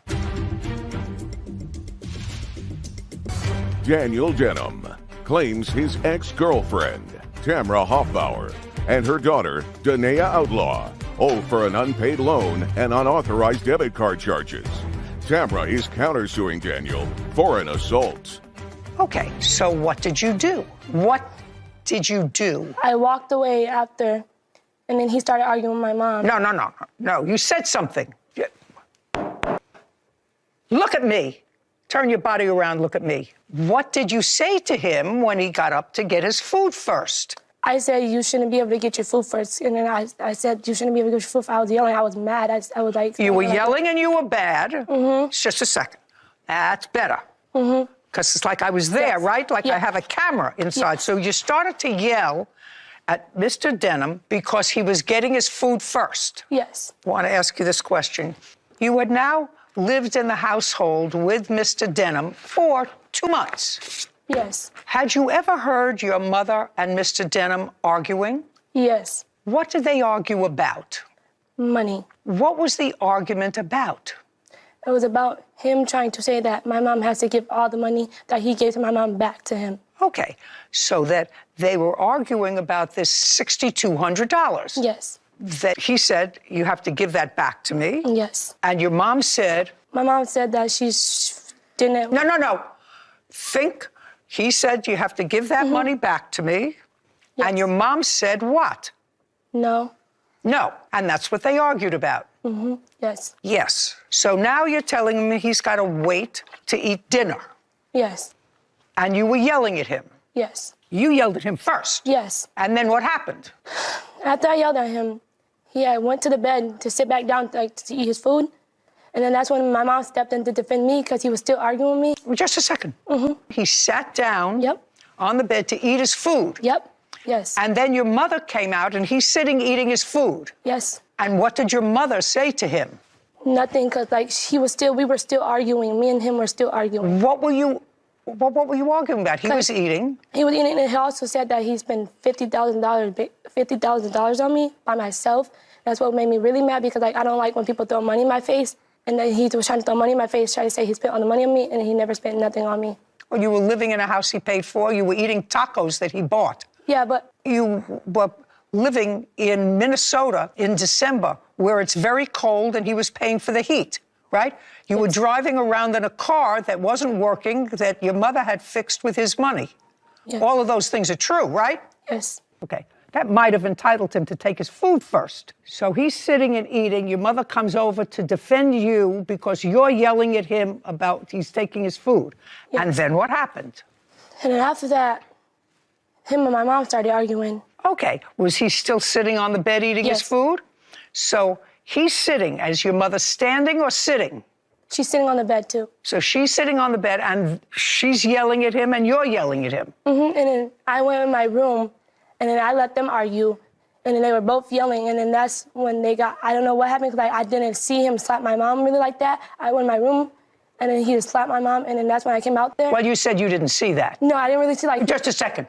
Mm-hmm. You said, I didn't see that. No, I ran in my room, after I heard a little bit of it going on, I ran back out there. And, that's when I ran out there to call the police. I ran in the hallway, called police, and he ran out there after me, and he snatched my phone out of my hand and hung up the phone and said, don't call the police. And? And then after that, I ran into the neighbor's house and called the police for them to come because he was trying to take my phone and said, don't call the police when he slapped my mom. You didn't see that? No. Now, somebody have a police report? I do. I'd like to see it. You have the district attorney's dismissal of your case? I wasn't able to obtain it. Okay, but it's over. Yeah. Your case is over. It was never tried. Did you speak to the police that day? Yes. Well, you just told me a story, then the first couple of lines of the police report are different from the police. I'm just telling you. Yes. The first few lines of the police report are different.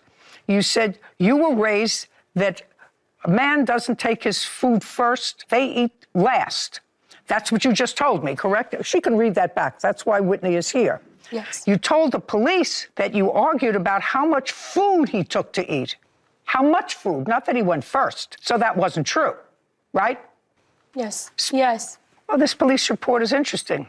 It says that you got involved in this argument and you poked him in the chest and punched him in the right eye. That's what the police report says. Oh, I did not. That's what the police report says. And then he slapped you on the left side of your face with his right hand. That's what the police report says. Is that what happened, sir? No. Well, you want to tell me what happened? I'm going to tell you exactly what happened, Your Honor. Well, that's what I want to hear, exactly what happened. I was cooking the food since the beginning. Danae was nowhere to be found. I don't even know where she was at the time I was cooking. You mean the daughter? Yeah, the daughter. It was 8 pounds of meat.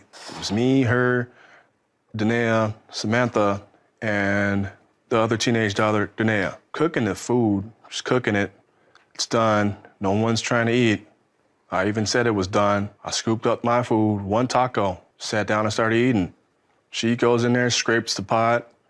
Damn, Dino, why you eating up all the food? Who said that? The daughter. Then she starts going off, telling me demands, telling me I need to get the out of her house. Is that what you said to him? Yes, it is. Shh.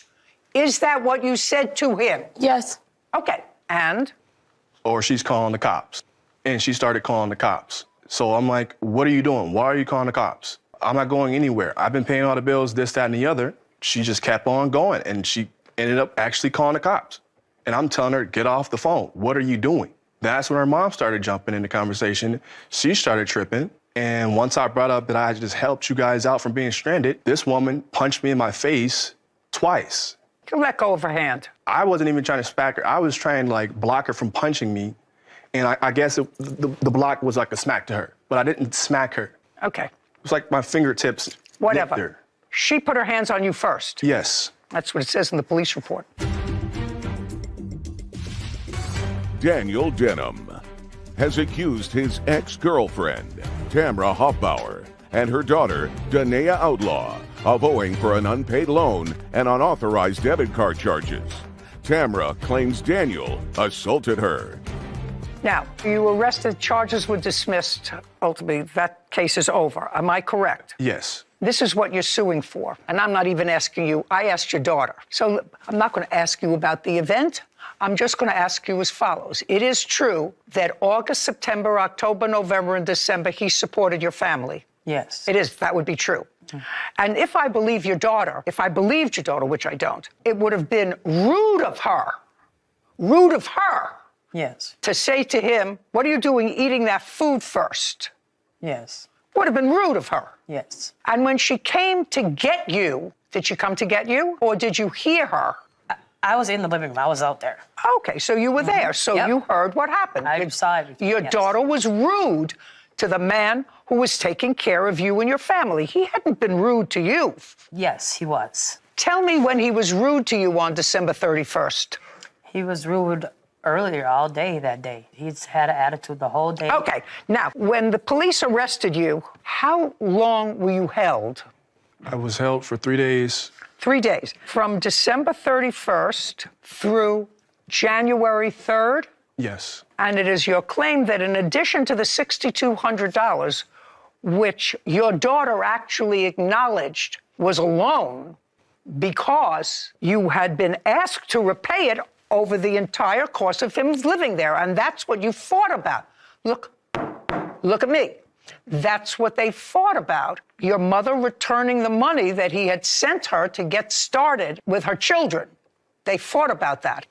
Yes. That's what you said before. Yes. Now, between December 31st and January 3rd, when you were released, were there charges made on your credit card? Yeah, he spent all my money. Just a second. Well, I would like to see that.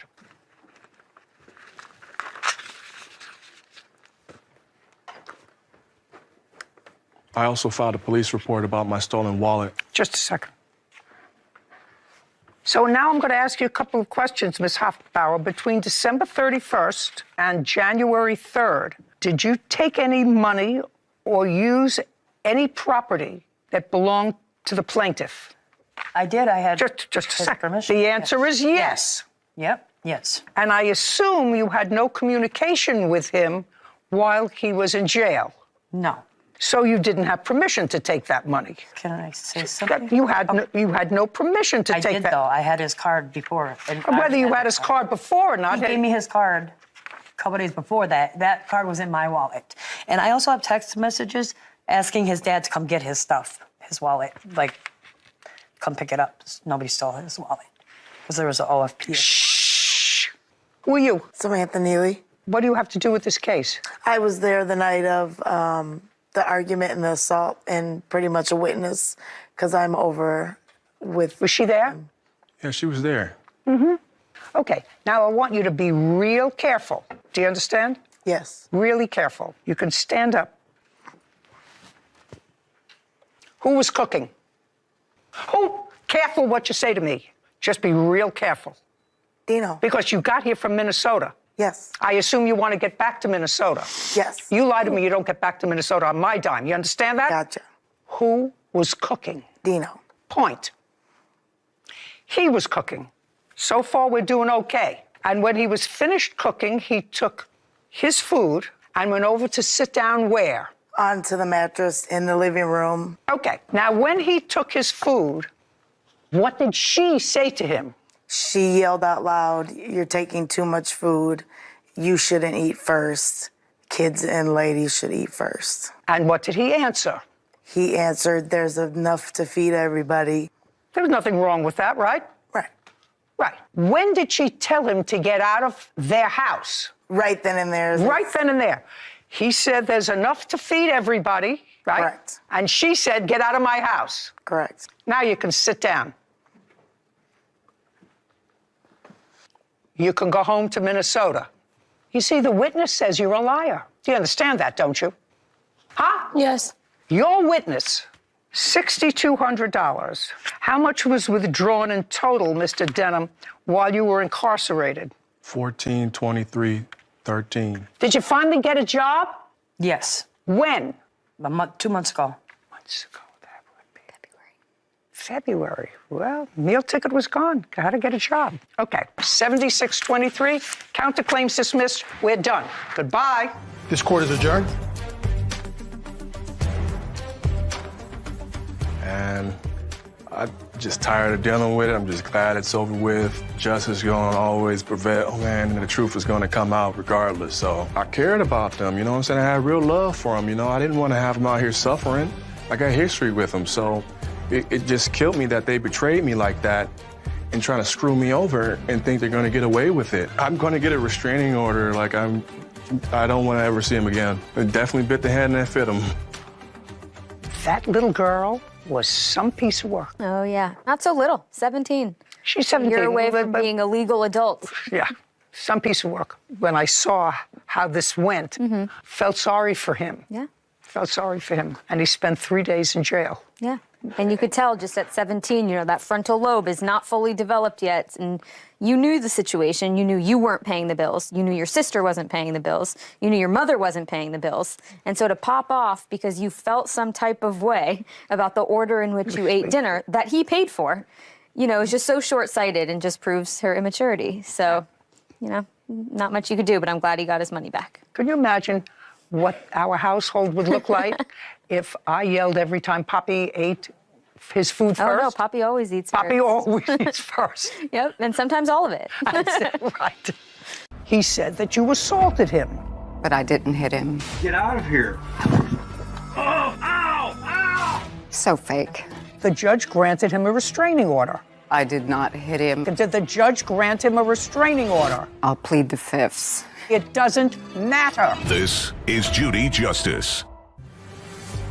Nadine Unger is suing her former friend, Michael Ponsford, for damaged property and filing a false police report. Court come to order. All rise. Have a seat, please.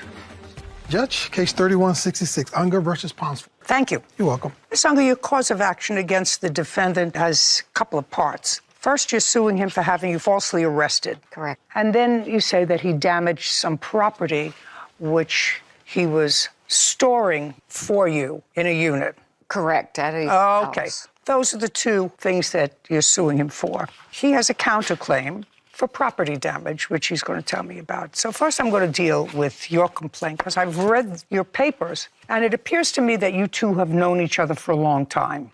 And at some point, after knowing each other for a long time as friends, you began a relationship. In what year was that? We didn't begin a relationship. I rented a room in his house. Renting a room in his house, if that is some sort of a relationship, that's more than shaking somebody's hand.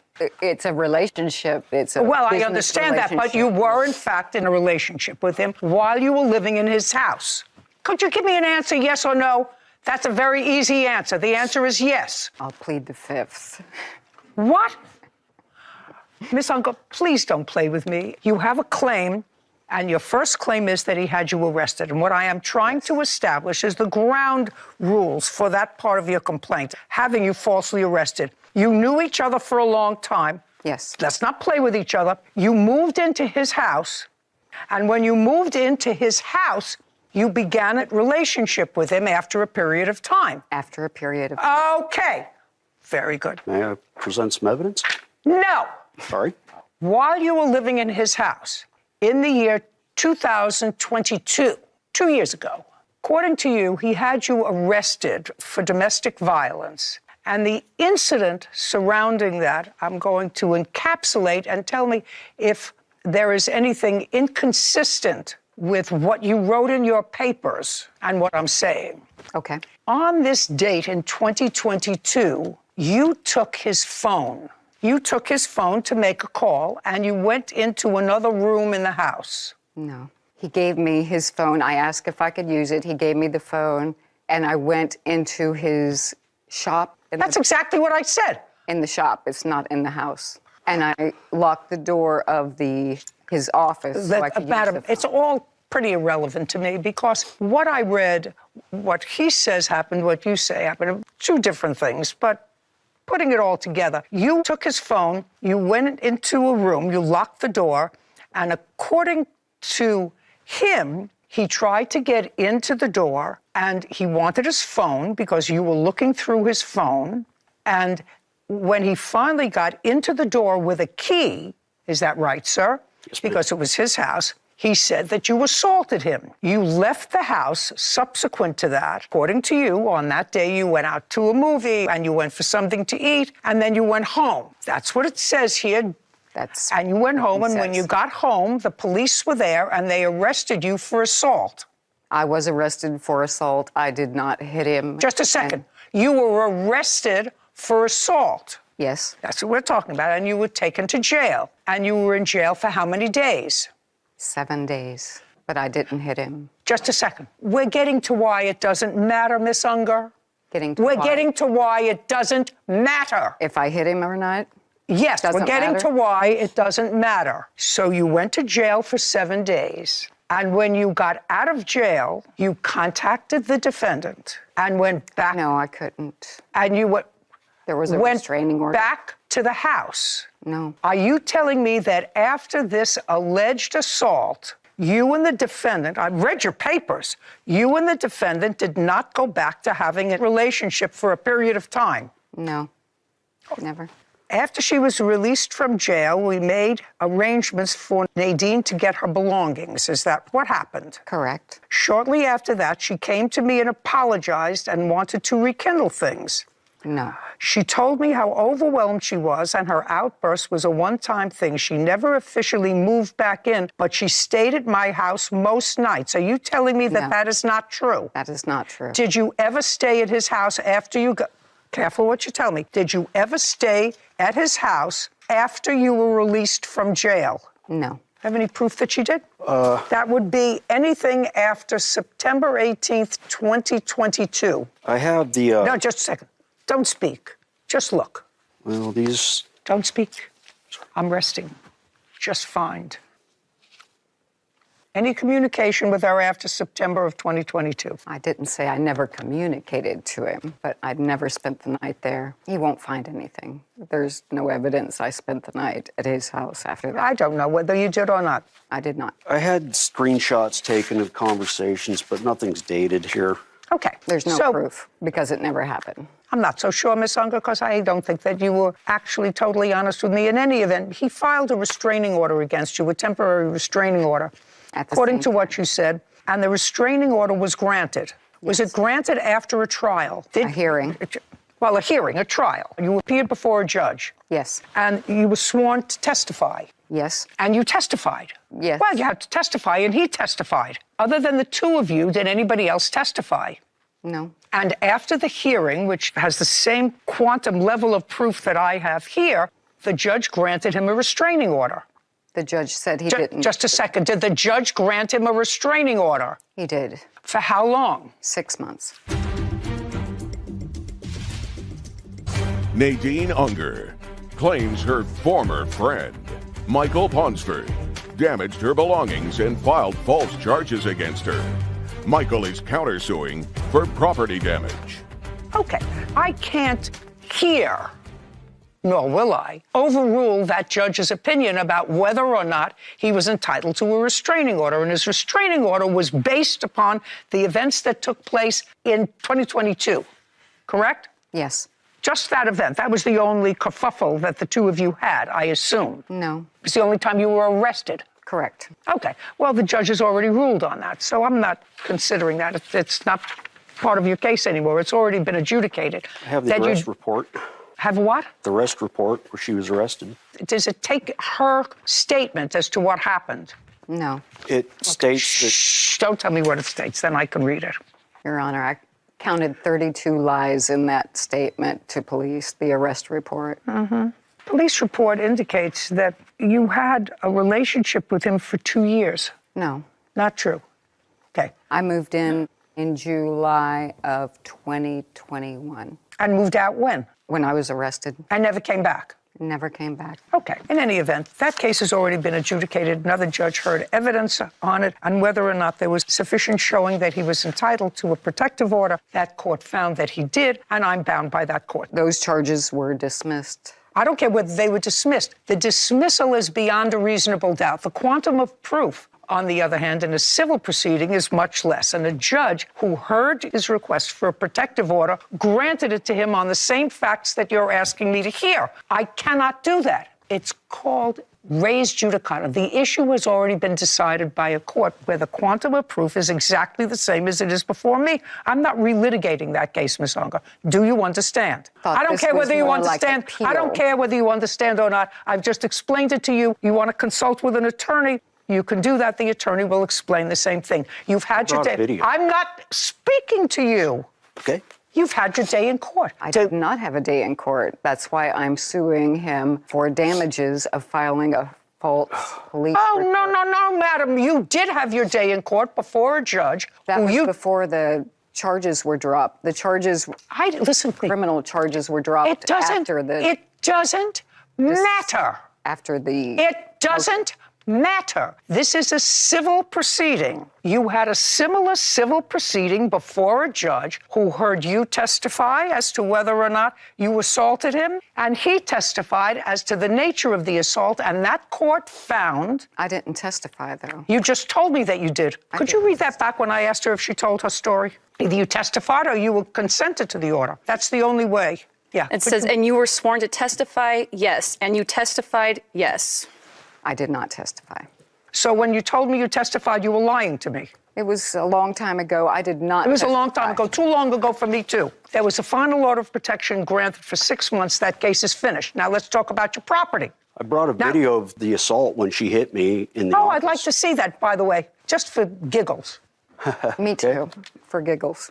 Get out of my office. Get out of here. He is. Get out of here. You get out of here. Get out of here. Give me my phone and get out of here. God. Oh! Ow! Ow! Ow! So fake. Ow! She took my phone. I told her to get out of my shop, out of my office. And now she's slamming the door and twisting my foot. That is so staged. Ow! You're not a good actor. Okay, turn I'm it off. not even in the picture. Turn it off. You were in the picture, Ms. Unger. In any event, it really is totally irrelevant. That case has already been adjudicated with the granting of an order of protection to Mr. Ponsford. Now let's get to the property that you say was either taken or destroyed. Tell me what property was either taken or destroyed. All right, I have pictures. There were 6 vending massage chairs. It's just 6 vending? Commercial massage chairs. And where were they? They were in my storage unit that we brought to his house on August 29th. Of what year? 2022. We're now in 2024. Yes, I had no resources. I had no money when I got out of jail. I had no money. I had no car. And what? And you have no case. We're finished. Your property's abandoned. If you left property, it's abandoned. It's done. I couldn't go back. This is 2024. You couldn't go back. You had an order of protection that was for how long? 6 months. 6 months. We're 2 years later. And I'm telling you, you have no case. He says so you're a goodbye. So you're a goodbye. I have a counterclaim. I want to know if it's as ridiculous as her claim. Your counterclaim is from what year? 2022, Your Honor. 2022. Pay careful attention to me. Have you been incarcerated since 2022? No, ma'am. Have you been hospitalized for more than a week since 2022? No, Your Honor. Where have you been since 2022? Living and working at my home. Very good. Then you should have brought your counterclaim, which you could have acted as a claim, in 2022, correct? Just answer my question. That's why courts say you have to act within a period of time that's reasonable. 2 years is not reasonable. I say that to her with regard to the property she's fetching about, and I say the same to you. You have a problem with her damaging your property. You should have brought an action 2 years ago. I dwelled on it for a while. Well, dwell on my dismissal for a while. This case is over. This court is adjourned. Well, I planned on having a case for 2 years, putting it together, and, didn't get a chance. This case was a great display of timeliness and why it matters, especially in courts. I think 2 years is a long time to wake up every single day and you still have the property damage every single day. And then you don't decide until one morning, maybe I should sue for that. And it takes up court's time. And not to say it's not important, but if it was that important to you, you would have sued in a timely, as you said, to the reasonable person, which in this case is you. Well, it's unreasonable. You're putting the defendant in a position of having to respond to a cause of action without any specificity. And that's unreasonable. Yeah. Okay, good. Case 3156, David versus McLean. All parties, please come forward. Verona Davis is suing her son's friend, Leonard McLean, for a refund of catering services for her birthday party. All right, Miss Davis, you were planning a birthday party. Yes. You were planning, and it was a big birthday party, and you hired the defendant to prepare the food for the party. Correct. And it is your claim in this lawsuit that he served bad food. Correct. Verona Davis claims her son's friend, Leonard McLean, owes for a refund of catering services after he served cold food during her 70th birthday party. Okay, so the birthday party was when? December the 16th, 2023. How many people were there? Approximately 60, 70 people. Well, I need to know how many. 70 people. So 70 people were being fed? Yes. And he charged you $1,800? That's correct. Or $25 a person? Correct. Correct? No. How much did you charge her? $1,900. Did she pay you the $1,900? No, she paid $1,800. So stay with it. $25 a person. Okay. And how many courses was he supposed to serve? It was courses of fried chicken, baked chicken, codfish, roast beef, meatballs, tossed salad, potato salad, string beans.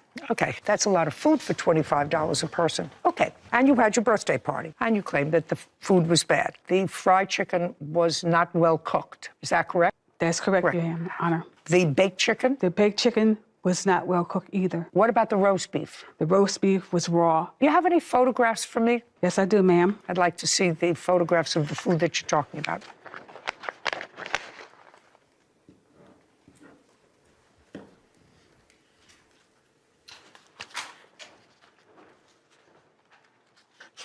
I don't see anything wrong with these pictures. I see you have circled a piece of fried chicken, and you have circled that it looks as if it was bloody inside. Correct, Your Honor. But there's nothing wrong with the other pictures you showed me. This doesn't do it for me. Your Honor, if you see, it's pink in the middle. I saw that. He acknowledges that. He said he took it off. When you showed it to him, you acknowledged that you saw that the fried chicken had red inside, and you took it off. That's either a yes or a no. That's what you say in your answer. Yes. I'm getting hungry and testy. I'm sorry. So just answer my Yes. question. Don't think about what I would like to hear or what's good for you. You say in your answer you took the fried chicken off because it wasn't prepared right. Yes. Okay. Did she complain about any other of the food to you? No. Okay. You didn't complain about any of the other food in your complaint either. I complained after the party, Your Honor. We had a meeting. We had 3 meetings. I explained to him the chicken was half cooked. I have complaints from my guests. Just a second. Can't tell me about complaints. The fried chicken, he acknowledges, was not cooked enough. Next. I looked at the other pictures. There's nothing wrong with the other pictures of the other food. Nothing. What do you want me to see in the other pictures? Look perfectly fine. You were feeding 70 people for $1,800. You never said anything was wrong with the baked chicken. You said there was something wrong with the fried chicken. So what did you have meetings about? Your Honor, I complained about the baked chicken and the fried chicken after the party when I called Lenny up and showed him the chicken because he gave me a thumbs up. I said, come here, I need to show you something. When I showed it to him, he acknowledged that the chicken was half cooked. Also, the chicken was cold. Everything was cold. So when I told him that, he explained to me that his worker cooked the food, right? So I explained to him later on, the next day, because he sent me a text saying that he apologized for the food was bad and he apologized. Oh, I'd like to see, just a second. If you have a text that he apologized to you because the food was bad, other than the fried chicken, which he acknowledges, I'd like to see it. Just a second. Yes. Just a second. Very nice. He says he apologizes for the fried chicken. That's it. He said, I need to truly apologize for the mishap with the fried chicken. He took responsibility for it, for the fried chicken. So people didn't eat the fried chicken. Nobody ate the fried chicken. Good. Nobody ate the fried chicken. Everybody ate. There were a lot of other things for them to eat. By the way, did you have a contract for $1,900? Because she's a family friend, I didn't do a contract. What kind of accommodation, because she wants the full amount she paid for you, that is never going to happen. You served one dish that was not cooked. Correct. What kind of accommodation were you prepared to make? I was willing to reimburse her for the price of the fried chicken. And how much was that? For 2 pans, it was $250. For both? Yes, $125 each. Did he offer that to you? Yes, ma'am. You should have taken it. You had a party. People ate. If you don't like him as a caterer, don't use him again. He acknowledged he made a mistake. His chef undercooked, or whoever it was, undercooked the chicken. He was prepared to give you a substantial, based upon the whole number that you paid, accommodation of $250. I'm telling you, you should have taken it and run. Ma'am, may I say something? Say whatever you want. Okay, Your In Honor. 30 seconds. Okay, real quick. $250 he offered me plus an $800 food credit. So I explained to him, if you offer me an $800 food credit, why should I use your $800 food credit when you ruined my party? It was my 70th birthday party, and he humiliated me in front of all my friends and my family. Let me explain something to you. I had several weddings, 2 or 3 of my own, a lot of weddings for my children, even a couple for my grandchildren. And every once in a while, there was a bad dish. But everybody ate and everybody celebrated because they were celebrating your birthday or a wedding. So don't give me tears because the fried chicken was bad. You should have taken the $250. Are you still prepared to offer her the $250? Yes, minus the $100 that she still owed me. Well, all I want to see is that she owed you the $100. She said $1,800. Show me the conversation where she was supposed to pay you $1,900, and I will certainly do that, unless Miss Davis acknowledges that the bill was supposed to be $1,900. You want to acknowledge that? Just don't ask her. I'm sorry. I asked her. She understood me. I'm sorry, Your Honor. Do you acknowledge you were supposed to pay him $1,900? I acknowledge I was going to pay $1,900. And that you gave him $1,800? I gave him $1,800. Okay, so that I will give you the credit for the $100 she didn't pay you. So judgment for the plaintiff in the amount of $150. We're finished here. Thank you very much. All right, thank you. This court is adjourned. I'm happy with the decision. Nobody didn't eat any food at that event.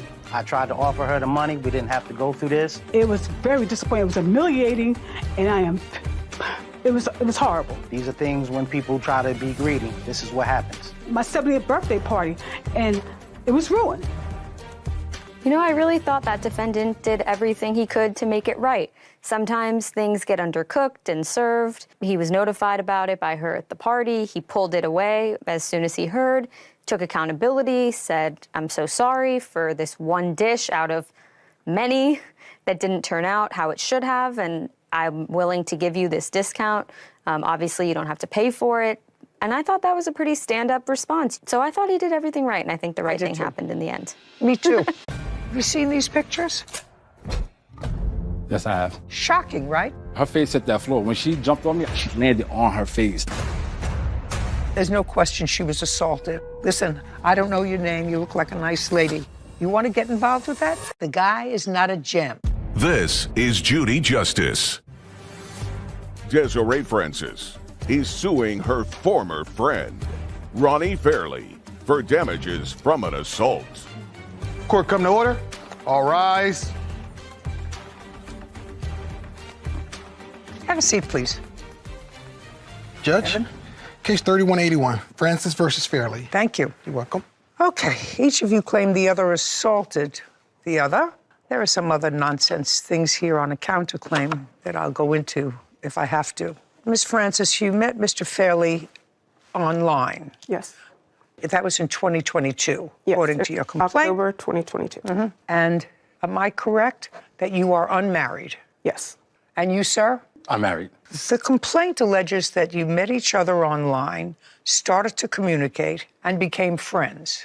Yes. Would that be a fair statement? Yes, ma'am. Just for giggles and because I really like to understand, you know, in my line of work, it's always good to get to know what's in people's heads. What were you doing talking to the lady online? Is that your wife? Fiance, yes. So you're no longer married? No, this is my fiance. Me and Ms. Francis, we've never married. This is my fiance. I want you to listen carefully, Mr. Fairley. I asked the plaintiff a simple question. I said to her, are you married? She said no. I asked you a simple question. I said, are you married? You said yes. I said unmarried. I'm sorry. I said unmarried. Did he say unmarried? He said unmarried. Unmarried. I've got to check this. Maybe I'm on restaurant mode. Hold on. I apologize, Television. Ms. Yana. Restaurant. Normal. There we go. Unmarried. Yes. Unmarried. Okay, then I can get off this whole line of questioning. So you got reacquainted. And how long have you been engaged? 2 years, Your Honor. Okay. Well, then I'm going to ask you, what are you doing online, communicating slowly? Because as you see, I have, may have, at some point, challenged hearing. And if someone is trying to get their tie out of their mouth, then it makes it even more difficult. So you want to tell me what you're communicating with this lady online for if you're already involved with somebody else? Me and Desiree, we came across each other online. We started talking. You came across online? Yes, we came across each other online. We have a past with each other. Okay, so you got reacquainted and you were friends. Yes. Did you ever become more than friends? Yes, ma'am, we did. And when was that? From October of 2022 until January this year. Okay, would you stay at her house? Would she stay at your house? Would you stay at a neutral house? There was nobody staying at each other's houses. We would stay at hotels. But it wasn't a relationship. It's turned into a business relationship to where I started working for her travel company. Okay, while you were working for her company... I'm sorry, you said ask why? It's always kind of hard to shut the barn door, sir. While you were working for her company, were you also intimate with her? At the time, Your Honor, I didn't have a... Forget fiancé. At the time, you said it developed and you started to work for her company. I just want to know, at the time you were working for her company, were you still being intimate with each other? That's either a yes or a no. Yes, ma'am. So that's a yes. Now, on January 10th of 2024, where did you travel to? I was currently living in San Diego at the time. When he came to visit me on January 8th, I rented a Airbnb for us to stay at. Why? Because I have children that I wasn't ready to introduce him to. Okay, so you have kids? Yes. That is a lot. Okay, so you rented an Airbnb because he was coming to visit? Yes. And that was on the 8th? Yes, he landed on the 8th in San Diego. And did you and Mr. Fairley begin staying in the Airbnb? Yes. So Your far, Honor, what? I have met her kids. I actually have video and pictures with her kids. So the fact that she said I don't know her kids, I didn't meet her kids. No, she didn't say. Oh, I'm sorry. I just sound like She said I introduce. Introduce. There's I'm a sorry. difference between introducing and having you there for breakfast when her kids wake up in the morning. I've been there for breakfast, lunch, and dinner. So I've been there. Yes, ma'am. Okay. This is what I don't understand, Mr. Fairley. I thought maybe I had misread it. The first line of your sworn answers says, Desiree and I have known each other since 2022. Desiree and I have never been in a relationship. I always made it clear that we were just friends. Then you go on to tell a story about what happened that is totally inconsistent with what I'm hearing today. So I'm just going to remind you, Mr. Fairley, that if you tell the truth right on top, you don't have to have a good memory. Because according to your answer, there was no intimacy involved. You were friends, and then you went to work for her. Well, that's not true. You want to show me pictures of you there for breakfast in the morning with her 3 kids. Now you're going to Airbnbs. Do you understand? Okay, so let's try to keep it straight. What were you supposed to be doing the 8th, the 9th, the 10th? Because you were there at least until the 10th. What was your... Take a deep breath. What was your plan for that week? My plan was to only be there for a few days. The things that we had agreed on to handle while I was in town. Like what? For school, for work.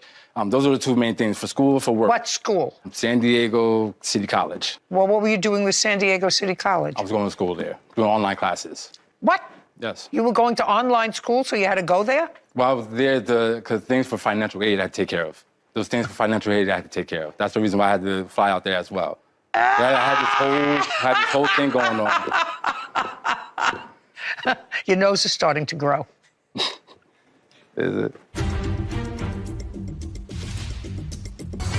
Desiree Francis claims her former friend, Ronnie Fairley, owes for damages from an assault. Ronnie is countersuing for car expenses and travel costs. Okay, so you had absolutely no need to be in San Diego to get a scholarship. As everyone knows, you do that online, and you go to school online. Going to school online means that you don't have to be in school. Don't say anything, madam. I want you to just listen, okay? Then you're armed with information. Then you can make a rational choice. Otherwise, he talks very fast. I'm going to introduce him to the truth probably at the end of this trial. Now, I'm trying to find out how you both ended up in the same Airbnb for 3 days. The plan for him coming there originally was for him to come and see his girlfriend. That would be you? Me, yes.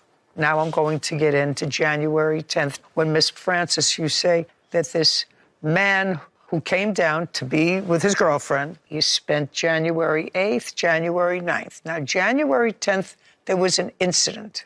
And I want you to start out by telling me what time on January 10th did this incident start? The incident started after returning from dinner that night. Tell me where you went for dinner. It was a gas lamp district in San Diego, just like a pizza place. Everybody drink? Yes. What was the drink of choice for him? Hennessy. Hennessy? Yes. And you? Wine. What time did you get back to the Airbnb from the restaurant? Around 10 p.m. Okay, now we're going to pick it up from there. So after we returned to the Airbnb, we started getting ready for bed. We got in bed and became intimate. No, we did not. When that happened, the defendant noticed that I had started bleeding. He told me to get the bleeding fixed. I told him... Just a second. Sorry, Yana. You have to understand something. Look at me. Women do not talk about that unless it's true. There are far more sexy things to talk about. Do you understand that, Mr. Fairley? So stop grinning. Understand, just as the same way a man wouldn't talk about the fact that he was having difficulty romantically and testify to that unless somebody was putting nails up his feet. That's not a story you make up. Don't speak. Just listen. Go. So when he told me that I needed to get it fixed, I explained that I had priorly been diagnosed with cancer and I had been in remission, and I was scared that the blood that I was seeing was it coming back. When I told him that, he got angry and started packing his belongings. He packed a jersey that I had purchased for him that I told him I was going to have framed and mounted. He wanted to put that in a suitcase. I told him he was free to leave as long as he left that item. Was it expensive? It was a $600 jersey that I already had paid $800 to have framed. Okay, go ahead. I told him he was welcome to leave, as long as you leave that so that I can get it framed. He didn't want to leave it. He started getting in my face and yelling. I remember seeing his fist next to my face, and I remember him grabbing my shirt and my shirt ripping. After I remember seeing his fist, I was knocked unconscious. I don't remember falling to the ground. When I came to, he was leaving out of the door. I moved. How much later? I'm not sure how long I was unconscious. I don't believe it was very long, maybe a couple of minutes. Okay, go ahead. So when I came to, he was trying to leave. I remember him taking his phone out while I was up against the door bleeding, showing his phone like this and telling me that I was being a drama queen. I have photos of that incident. It was definitely not a drama queen, Your Honor. I currently have makeup to cover the scar that I have, but I have permanent nerve damage in my lip from this incident. I'm also missing a tooth and broke another one in half. I also had a closed head injury and a concussion. Okay, so I'm going to take a look now at your photographs and your medical record. You did go to the hospital. Yes, I did. You went to the hospital. So these are the photos. And then these are from the hospital and the dentist.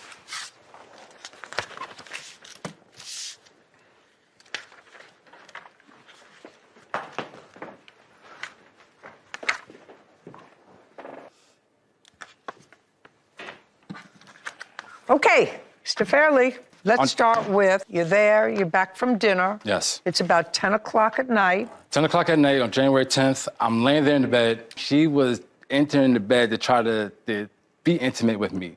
I refused her multiple times already prior to that. Is what you're saying, you refused on January 10th? Yes. Not on the 9th? No, on the 10th. Not on the 9th? We didn't do anything on the 9th. You weren't intimate on the 9th? No, we wasn't. What about the 8th? The 8th, yes. You're making it up as you're going. And then you went out for this romantic dinner on the 10th. You went out romantic together. Dinner. It was a pizzeria, but okay. It wasn't really a romantic dinner. No. Why all of a sudden on January 10th, after dinner, did you decide that you didn't want to be intimate with her? Because this wasn't the first time that this has happened. What had happened? With the incident with her bleeding. I told her, I understand the fact that you have cancer, you have everything going on, but at the same time, I do not want to be intimate with you. So now the reason that you chose not to be intimate was because of her physical condition. So I'm going to ask you this question, Mr. Fairley. But for that situation with her bleeding, you would have continued as you had since you came to the Airbnb to be intimate. The reason you just gave me is because of her physical condition. Is that correct? Want her to read it back? No. Or you want to tell me again? Exactly what I told you. That was one of the reasons. Not one of the reasons. What was the reason? You got into bed, she got into bed? Because we were arguing before we started intimate. About what? About us wanting to be in a relationship with each other, and I told her I did not want to be in a relationship with her. It really irritates me that you think you're smarter than I am. I never said that. I'm going to let you finish this. So she got into bed, and she was bleeding, and you said, I don't want to have any part of this. And then? This is before I knew about the bleeding. I pushed her off. She tried to get back on. I pushed her off again. That's when she scraped my private part, and I pushed her off again. Then she tried to get on top of me, and I said to her, Des, we are not doing this. Okay, so you said no, and then what happened? It went left, completely left. What? It went left. What does that mean? It went left, it went off the rails. Desiree Francis has accused her former friend, Ronnie Fairley, of assaulting her, causing permanent damage. Ronnie is countersuing Desiree for car expenses and travel costs. Okay, I'm trying to create a word picture for myself. You were arguing with each other. It was starting to get heated. Yes. You decided to get out of bed, right? Yes. And to go and pack. Yes. And then what happened? I'm asking her, please let me leave because this is going to go not the way that we want it to go. So when I tried to go to her to get her out of the way of the door, she starts pushing me back, starts pushing me. I turn around, and as I turn around, she's charging me from the back. When she charged me from the back, that's when I flipped her over because she jumped on my back, so I flipped her over me. And that's when she scratched me on the side of my face and everything, and that's when she fell to the floor. Like, she landed head first on the floor after she jumped on my back. How'd she get a split lip? Her face hit that floor. When she jumped on me, I flipped her. If she jumped on your back and you flipped her over, she would have landed on the back of her head. No, because like the way... Shh. If she jumped on your back and you flipped her over, she would have landed here. How did she get the split lip? She landed on her face. So her, like, she's like a scorpion. It's like a scorpion. When your face is in the ground, your legs is up in the air towards your behind. That's what it was. And then what happened, sir? I got my things, I left. I went to a local hotel around the corner. I had scratch marks and marks on my hand and my face. Have any photographs of that? Yes, I do. I'd like to take a look.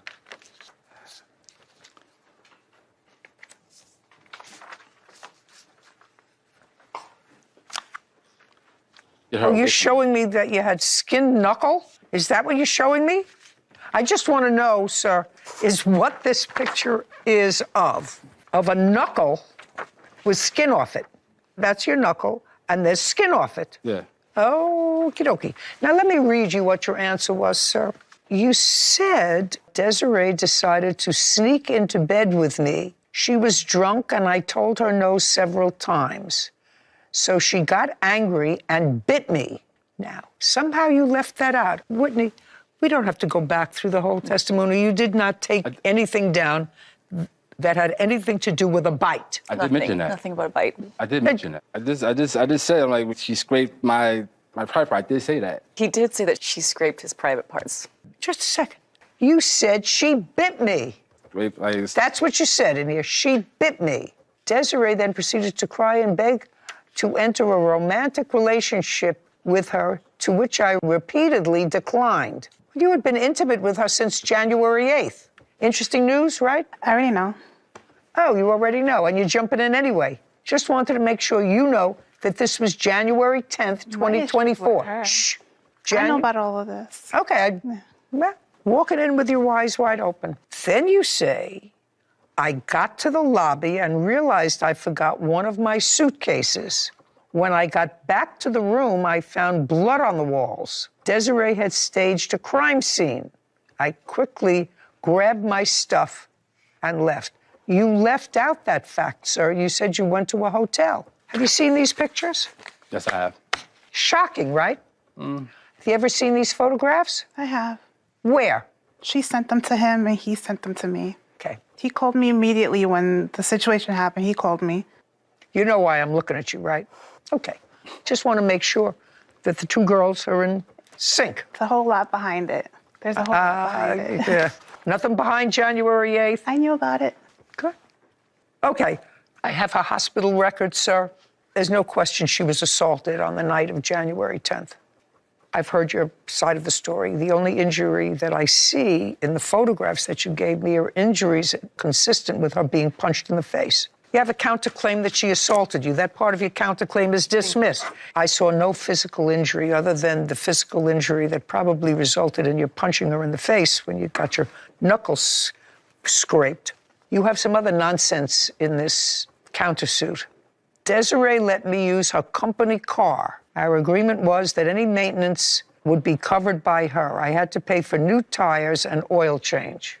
How often did you use the car? About a year.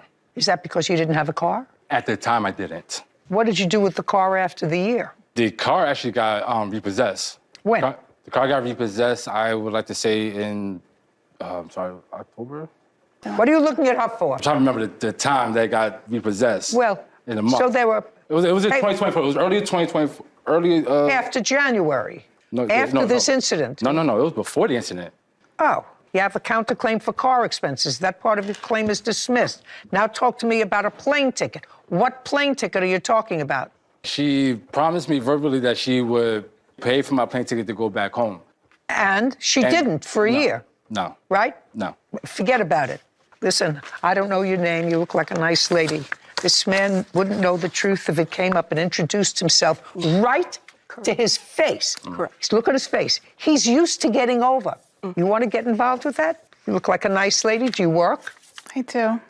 I somehow knew that you had a responsible job. Does he work? Not at the moment. answer is no. No. He doesn't work. He really doesn't know a lot about working. No. You think that that's going to change? It's not going to change. Go into it, eyes wide open. Eyes wide open. The guy is not a gem. Judgment for the plaintiff for assault in the amount of $10,000. This is an outrageous picture, sir. And the knuckle that has no skin on it supports this injury. You're an outrage, and I'm actually surprised you're not incarcerated. That's all. We're done. This court is adjourned. Kind of just glad the situation's over. I can put this behind me and move on with my life and just forget about this. It's embarrassing what he's done. No, I did not assault that woman at all. I didn't know that he had a fiance. I thought he was completely single. I pretty much laughed because I knew that she set up the whole thing to make it look more than it was. It wasn't staged. It was from me being pushed backwards after being punched. Close this chapter, move on with my life, and put her behind me. I don't want it to happen to anybody else. If that girlfriend, fiance of the defendant doesn't heed your advice about getting out while she still can, the fact that she said that she laughed off the photographs that she saw of the plaintiff's injuries, I'm just scared that she's going to be next if she hasn't been already. And that's a dangerous guy. If he's not working, he's not supporting you, he's not supportive emotionally, financially, there's absolutely no redeeming qualities about him. That we can see. Sure, that we can, that maybe you can see. Or that are worth it. Well, that's for even your better. life. So, you know, I hope she gets out. He was like, oh, I'm going to come fight you. What's up? Hey, what's up? Where you at? I want to fight. Where you at? Why were you mad at her? She was saying, you're mad because... This is the prize. Don't fight over a guy. It's so ridiculous. This is Judy Justice. Is suing her ex-boyfriend's girlfriend, Janiyah Scott, for vandalizing her car. Court come to order. All rise. Hello, Judge. Case number 3005, Robert versus Scott. Oh, my God. This is the prize. I just want to know. Unfortunately. What? This is the prize? Yes. What does the prize do? It does a lot. Work New Jersey, communications. Mm-hmm. And how long have you been together? 7 years on and off. How much on and how much off? Mostly on, somewhat off, maybe about. Did you live together most of that time? No. Who does he live with? His family. Does he stay over at your house? No, I mostly go to his house. Did you ever want him? Yes. Did you ever want to make your arrangement official? Yes. I'm always curious when seemingly intelligent women are fighting over a guy. What response when you suggest after 7 years we sort of move it forward? It's something that we both want to do in due time. We just want to make sure we're all set and ready to go with getting everything together. Make sure our life is on track first before we do that. Okay. And you're going to tell me how the plaintiff fits into this, moving it and getting it together and getting the job and getting money put away and all that stuff. Where does she fit into the picture? That honestly doesn't have much to do with his child's mother. And how old is the child? She's going to be 1. Well, if you've been together 7 years on and off and you're planning your future, at least for a short period of time, your heads weren't in the same direction. This is what your case is about, Ms. Roberts. It is your claim that the defendant, who is a friend of, but was for a period of time the ex-girlfriend of, and then he was with you for a little bit of time, keyed your car. And when do you say she keyed your car? What date? 2022. I read your complaint in the answer. Tell me the circumstances. The night that it happened? Yes. So me and Marcus, we went out with the baby. Yes. And so you and Marcus were out. We were out with the baby, and we got back around like 12:30 in the morning. And so we already decided like over there. So we were staying over there, me and the baby. Staying at his house. Yes. And at that time, you were on an off period? No, we were. Clearly, you're not. And so Marcus, he had went into the bathroom to take a shower, and his phone rang. I didn't think anything of it because her name wasn't name. It had like some kind of nickname. And what was the nickname? J Money. Say that again. J, the letter, money, like cash money. Okay, so came up with a tagline. Yeah. J Money. So I answered it the first time, and it was something like that. It was very loud in the background. Then I hung up, and she called back. And then when she called back, she was like, oh, I'm going to come fight you. Where is Marcus? This and that. Recording of it. I do have the audio of it. I'd like to hear it. Okay.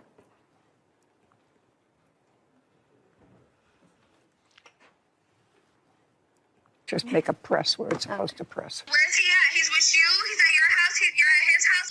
Yeah, he's with me. What's up? Where you at? Hey, what's up? Where you at? I want to fight. Where you at? Why you want to fight? You know why I want to fight. You trying to be funny. Where's he at? Why you want to fight? Marcus knows why he be trying to save you. Yeah. Yeah. I'm on my way. Don't even worry. Why were you mad at her? She said, I'm mad that he's with her and not with me. It was loud, and that's why she hung up. No, she hung up because she was trying to be funny. And that's why the second time when I called again, that's why I responded like that. So she said, no, he's with me. Mad because he's with me and not with you. Okay. Antagonizing me. It may have antagonized you, but that was sort of true. I answered a question. True, right? Mm-hmm. That he was with her and he wasn't with you, and you were still together then. Mm-hmm. Yes. Is right. Now, she doesn't owe you anything. She doesn't owe you anything. He owes you something because you were in a relationship. Right. Right? Yes. Why did you want to fight with her? This isn't the first time. It's animosity. Like, she has put me in group chats with other females. She has said a lot of things to me in the past, and I guess it was just built up in that point. I was pretty over it. I still am. Well, if she was on group chats and she was antagonizing you over periods of time, why weren't you mad at him? Oh, I was. I did get mad at him also all the time. To beat him up? Mm-hmm. Yes. Did you ever beat him up? No. Well, but you went over to the house where she was staying with him, right? Right. And to her house on November 11th, who did you go with? I went with two of my friends. Male or female? Female. Were they with you at the time of the phone call or to go with you to the house? They were with me. You were out? Yes. Where were you? We were at a bar. You and the two friends? Yes. This was late at 12:30. It was November 10th at 11 o'clock p.m. So it's late? Yes. And so when you went over there, it was around midnight. What did you expect? Oh, I wanted her to come outside. And what? I just wanted to argue. I did want to fight her. I did. Okay. I want to tell you how ridiculous that sounds to me. And it should sound so like a perfectly intelligent person. Mm-hmm. Right? Yes. And he's the prize. Right now, he doesn't sound like such a prize. Trishana Roberts claims her ex-boyfriend's girlfriend, Janiyah Scott, owes for the cost of keying her car. What happened? She didn't come outside. She stopped answering at a certain point. Marcus came outside to tell me, like, to calm down. He was like, calm down, like, breathe, don't make a scene. You're going to wake up everybody in the house. He's like, I just wanted to spend time with my daughter. You couldn't do that earlier, like at 4 o'clock in the afternoon?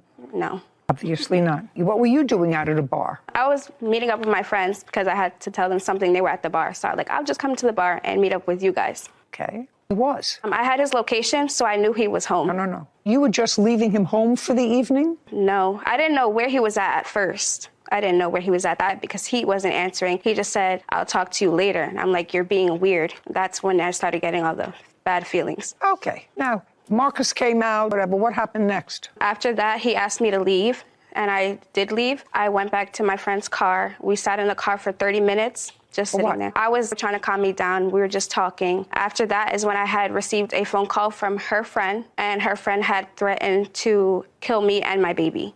That I also found out I was pregnant. And then what happened? Once I left, she had responded back at like 2-something in the morning, and she was saying, like, come back where you at, come back inside. And did you? No, I did not. Okay. So let's go to the evening. She arrived. She said, want to fight you? Marcus came out. That you agree with. I read you completely what you saw. So what I saw was her and Marcus, they got into an altercation outside.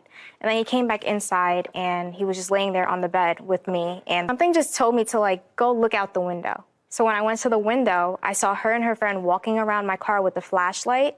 They were looking for my my baby. Well, you don't know what they were looking for, but they were... I verbally heard it from Marcus that that's what they were looking for. Oh, he told me. Marcus, stand up. Over here.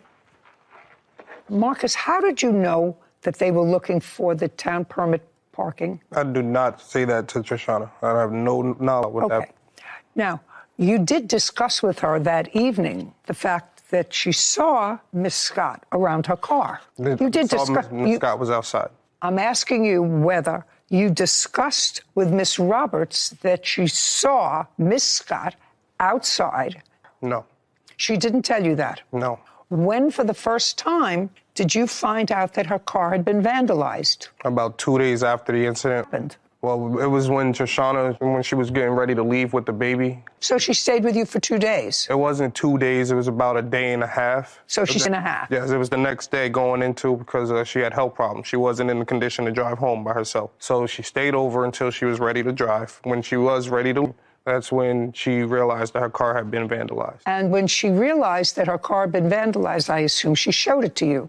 Yes, she sent me a picture of it. House? She didn't notice it until she left my house, and that's when she told me about it. And when she told you about it, did you have a discussion as to who might have vandalized her car? Me and Shoshana talked about it. I don't remember. What did she say? Don't remember. Think carefully. Okay, I don't remember the particulars about it, every detail. I'm not asking you for every general details. She said, my car is keyed.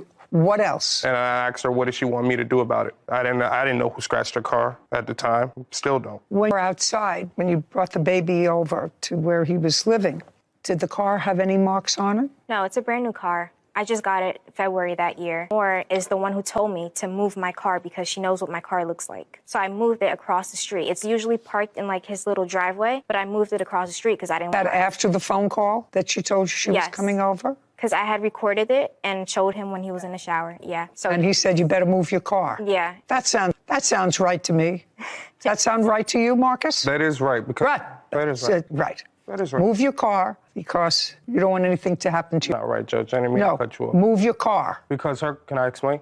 I have a garage with a driveway that blocks up the street. Her vehicle was parked in my driveway, and that's when I told her to move her car. Did you hear the recorded message of Miss Scott when she said, I'm coming over? No, I did not. In the shower, she tried to tell me about it, and I was so upset that she answered my phone in the first place to antagonize her because this is not the first instance. I did not want to hear the video. I was more so concerned on spending time with my daughter. Do you have any other evidence to support? I have a lot. Yeah, I'd like to see and support the fact that Miss Scott was the one who, or one of her friends, somebody that she was with, vandalized your car.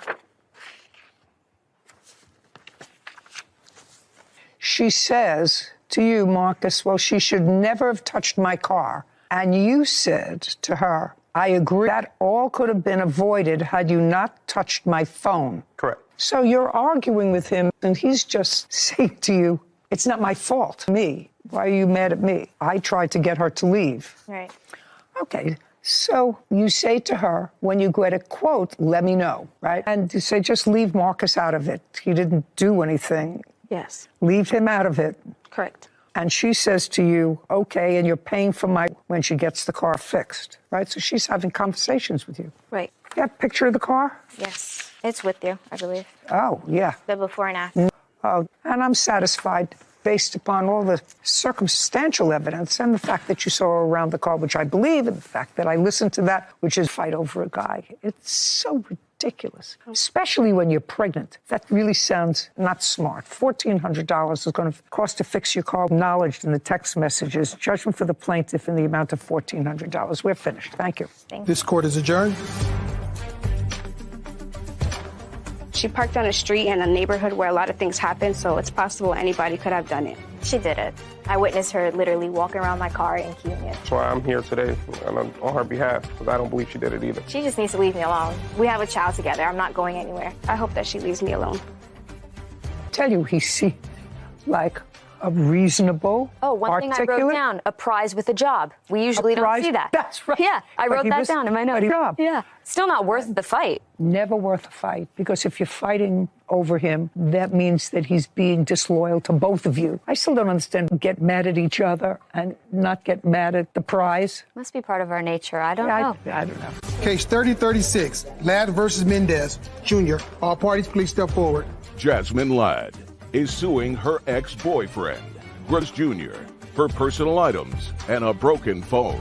Okay, you two young people were dating, not living together. You were. Yes, correct. And you were living? I was living with him at the time. So you were living at his mother's house? Yes, Your Honor. Jasmine names her ex-boyfriend Gregorio Mendez Jr. broke her phone and is wrongfully keeping her belongings. When did you move to house? I moved in on January 20th. Of this year? Yes, Your Honor. Where had you been living before that? I had been living with my grandma, Your Honor. How long had you been living with your grandma? Her ever since I graduated high school. And when was that? Back in 2021. So you're about 20? Yes, Your Honor. Do you work? No, Your Honor. Do you go to school? What do you do? I watch my kids at home. How many children do you have? I have 2. How old are they? One is 2 years old and one is 1. Is he the father of either one? Yes, Your Honor. Where? They're staying at my grandparents' house where I live currently. You currently live with your grandparents? Yes, You're back again with your grandparents? Yes. When you went to live with the defendant, didn't you take the 2 children with you? No, Your Honor. You left them with your grandparents? Yes, Your Honor. Why? Because I realized that it wasn't safe over there where he was, and he said, why did you move in with him? Because I felt like I loved him at the time, but it was wrong. Because he turned out to be a narcissist. As long as you recognize that was the wrong... Yes, it was, Your Honor. Because they can come and go and whatever. Uncross your arms. Oh, I'm sorry. They can come and go, and flit around. But if you made 2 babies to be there with them all the time, your grandparents didn't sign on to be new parents to a 1 and a 2-year-old. Do your grandparents work? No, they don't. But they have custody over my kids. They have legal custody? Yes. My grandma recently got legal custody over my kids because it happened. So why aren't you working? Right now, I am currently not working because I had a job, but then I was trying to find another one, and it just didn't work out yet. Get a job. Get a job.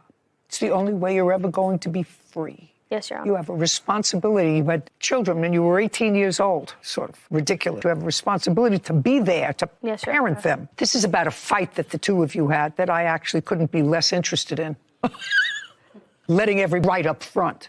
You had a fight at your boyfriend's house, right? Yes. Yeah. And this fight took place on what date? It took place on the 14th. Of what were you arguing about? We were arguing about that he told me that I'm too fat and I'm not good enough for him. Did you say that to her? Yes. Those words. Okay. Mr. Muir, how old are you?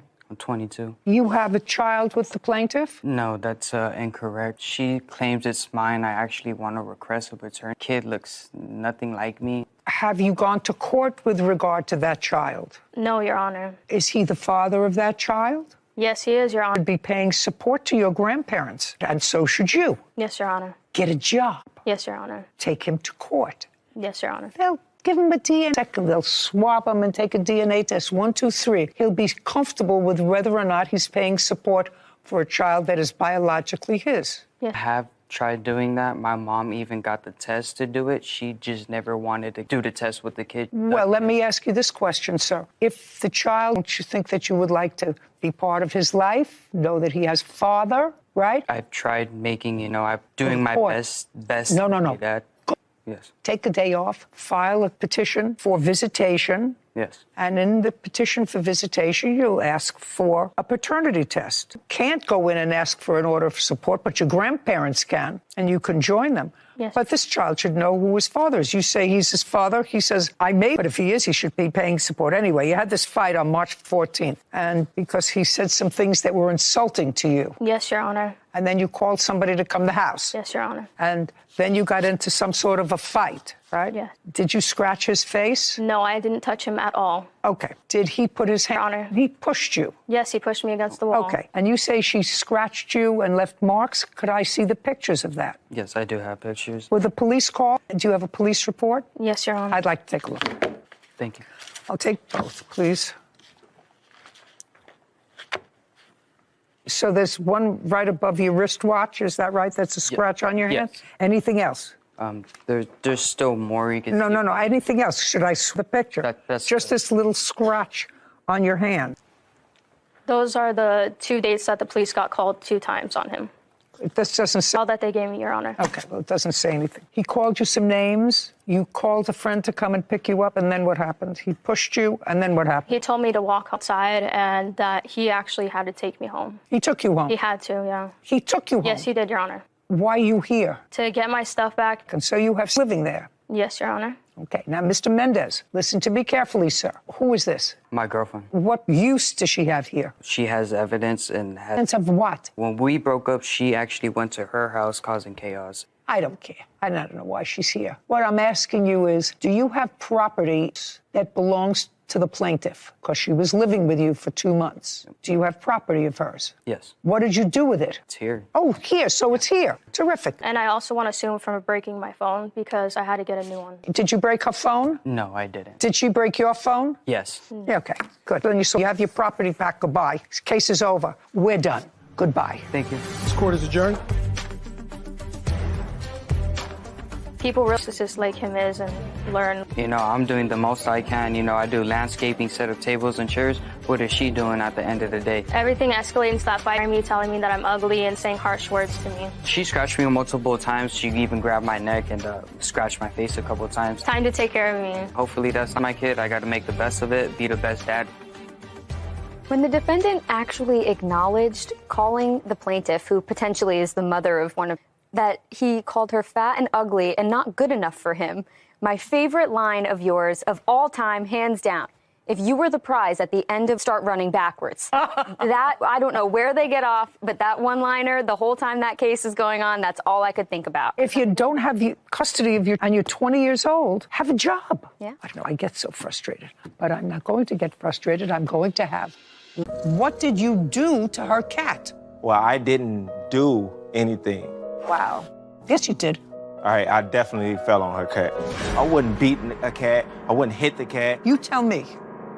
I don't know. I don't know either. This is Judy Justice. DeJuan Sworn is suing his ex-girlfriend, Melina Mack, for stolen money after using his Cash App. Court come to order. All rise. Have a seat, everyone. Hello, Judge. Case 3023, Sword versus Mack. Thank you. You're welcome. Mr. Sworn, Miss Mack is your former girlfriend, and you claim that she stole money from your Cash App. Yes. She denies that she took the money, and she's counterclaiming because she says that you injured her cat. She wants you to pay the vet bills. That's correct. Were you and Miss Mack living together? Yes, we was living together for about 3 years, maybe a little over. Okay.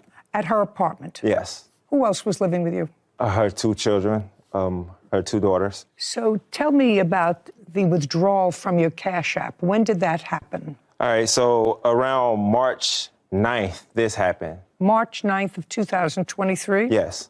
So around March 6th, I text her, asked her information about my Cash App. The reason why I did that, well, I didn't text her, I messaged her on Facebook. The reason why I did that, I didn't have a phone at the time. She had the phone that I was using at the time that had the Cash App on there and any other information about anything with me. Why did she have your phone? About a week prior, we broke up completely this time.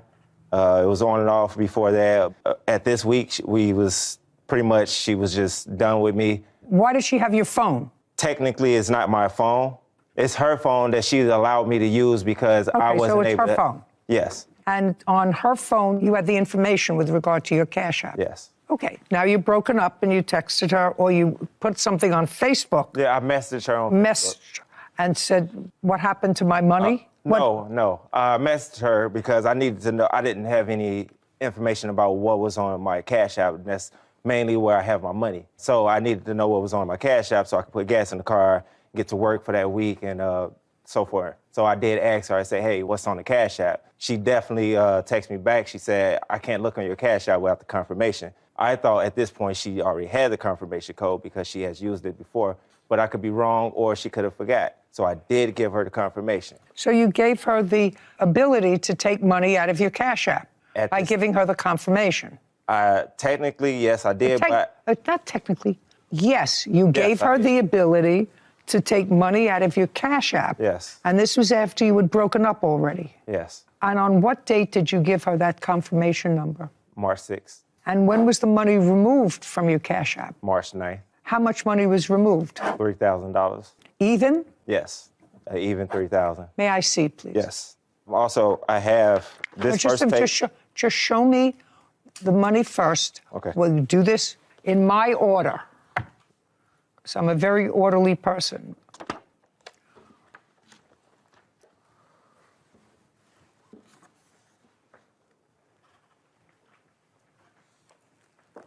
Would you look this up for me, please? Sure. I can't see it from here, do you? What's your name, by the way? Nevaeh. I have the Bizopedia, the company name. It says Janae Horns as a company contact. How long have you known Miss Horns? I've known her for like 4, maybe 5 years. When you were dating the plaintiff, did you ever introduce her to him? Yes. How often? They didn't really get along the first time they met.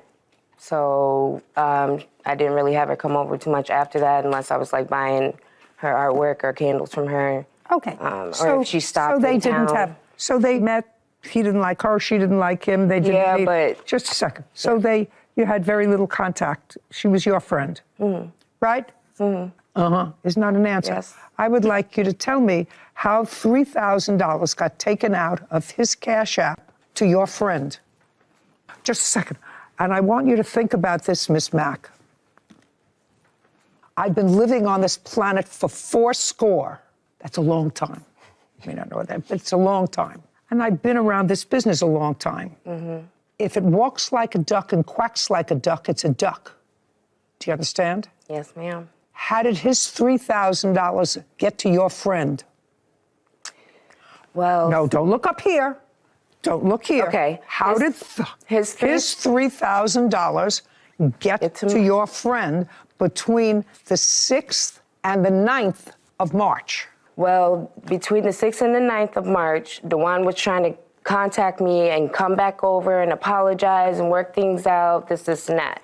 And that's what I allowed him to do because I didn't want to believe that Would you please tell me how his $3,000 ended up with your friend between the 6th and the 9th of March? He sent Don't it to give her. me a whole story. He sent it to her? He sent it He sent it to her.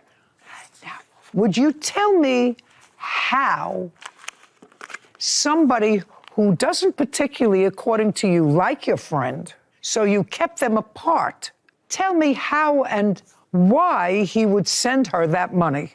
You tell me. I don't know. I don't know either. $3,000 on your side. Exactly. Yeah, just a second. $3,000 on your side so far. Now, we're going to get to a counterclaim, and I have to tell you this, I don't like liars. You lie to me once, I believe very little of what you say, except when it comes to injuring animals, which is what your counterclaim is about. Mr. Swarm. Yes. Something happened while you were living with the plaintiff with her cat, which caused an initial kerfuffle with her. Yes. And that was around February or March. It was late February. She wasn't home. What did you do to her cat? Well, I didn't do anything. Yes, you did. Well, it was an accident that happened. I don't care whether it was an accident or on purpose. Claims his ex-girlfriend, Melina Mack, owes for stolen money from using his Cash App. Melina is countersuing Dewan for vet bills and emotional distress. What did you do to her cat? All right, I definitely fell on her cat. You fell on it? Yes. How did you, just a second, how did you fall? I want you to explain to me how you fell on her cat. Okay, no one was home. I worked 2 jobs. I know. Just get to how you fell on her cat. I was in the shower, and I was waiting on a phone call. It was a Zoom meeting, and when I heard my phone, I automatically jumped out, not thinking about anything, opened the door because the bathroom is not that huge, so I jumped out the shower, opened the door. The cat was right there. I did not see the cat, because if I seen the cat, I would not have ran out. I was all wet. I was running out into the room, which was next to the bathroom, and then I pretty much slipped. My knee went first, and my back went back, just like that. I did not even know I hit the cat. The cat must have ran initially when I got up, because when I got up, I was just holding my back and went into the room. I didn't see the cat. Several moments later, I was on the phone with the defendant, and I look over, the cat was on the couch just sitting there, and I see blood in his eye. I said, hey, something wrong with the cat. I initially told her, hey, I don't know what's going on.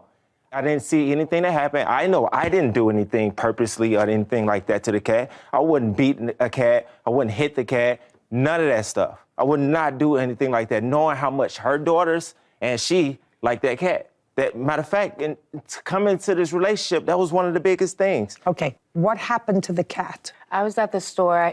No, I know you were at the store, and I know he told you something went wrong with the cat. You took the cat to the vet when you got home, and you have a report for me from the vet? Yes. I'd like to see it.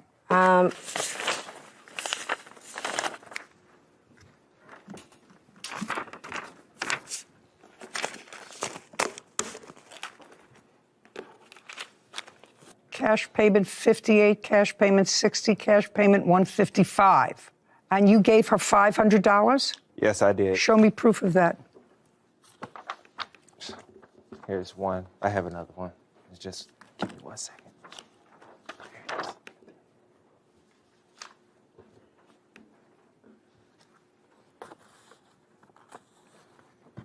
March 8th, he sent you $500. Yes. Yeah, that covers your vet bill.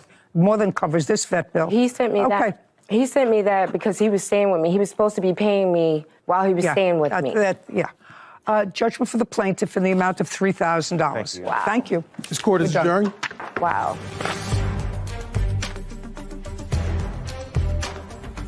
Well, what happened to the cat was he supposedly fell on him, which I have other evidence stating that it couldn't have been due to a fall. It was an accident that actually happened, and because I knew that it was an accident involving me, I did pay for the damages. That Cash App situation has nothing to do with me. That actually has to do with the person that he sent it to. I have no idea. Maybe that was her way of masking her from showing me that she stole the money. I don't know. I think it was very clear from the plaintiff's first initial story that he didn't intentionally harm the cat. He didn't seem the type. His story matched up. And honestly, the defendant seemed like she was just a money-hungry... She got $3,000 from him. She took $3,000 out of his account. Mm-hmm. And she gave it to her friend who gave it back to her. As if she didn't think one of us would figure out that we know that person, she knows that person, it went back to her. Right.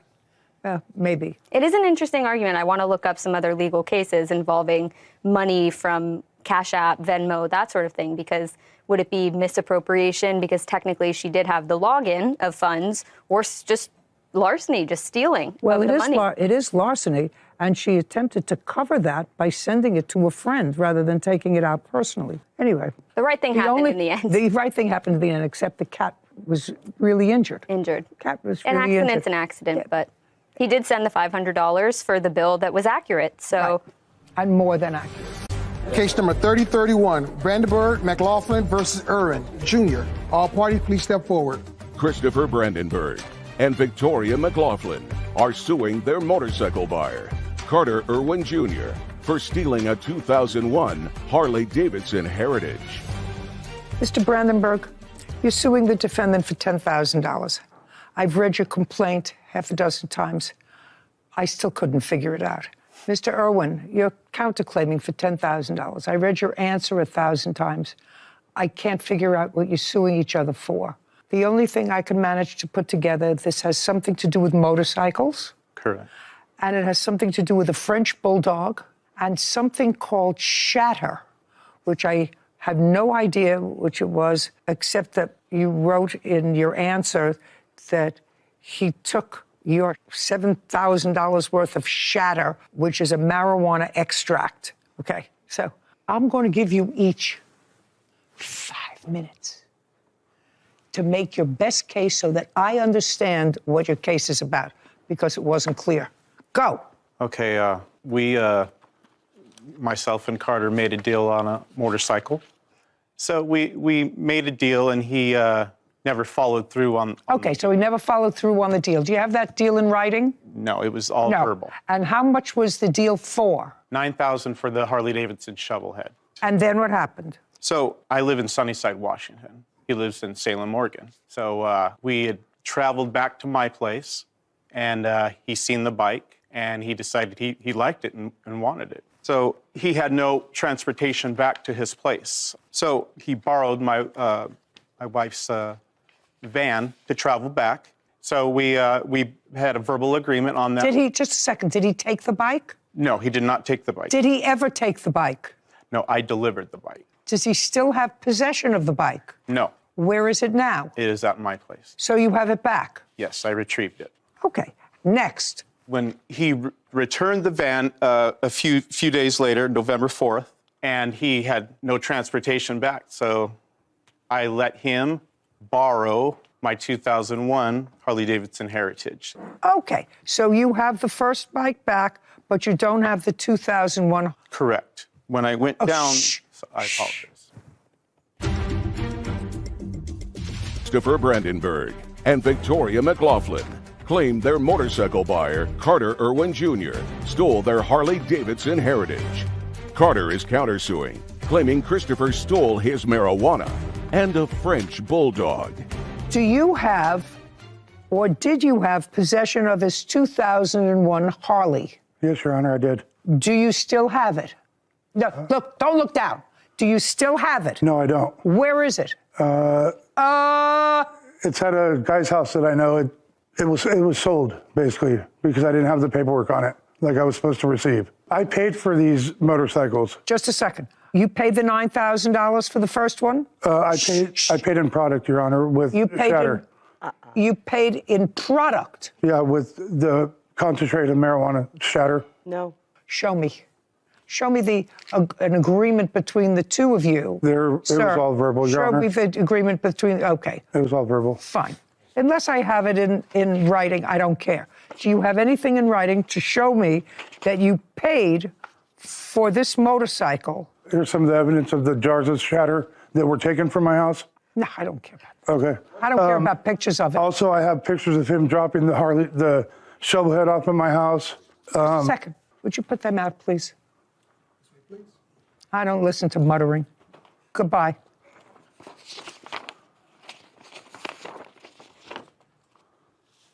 Is what you're telling me that you paid for this 2001 Harley, which you have, with a marijuana derivative? Along with $1,500 cash, Your Honor, yes.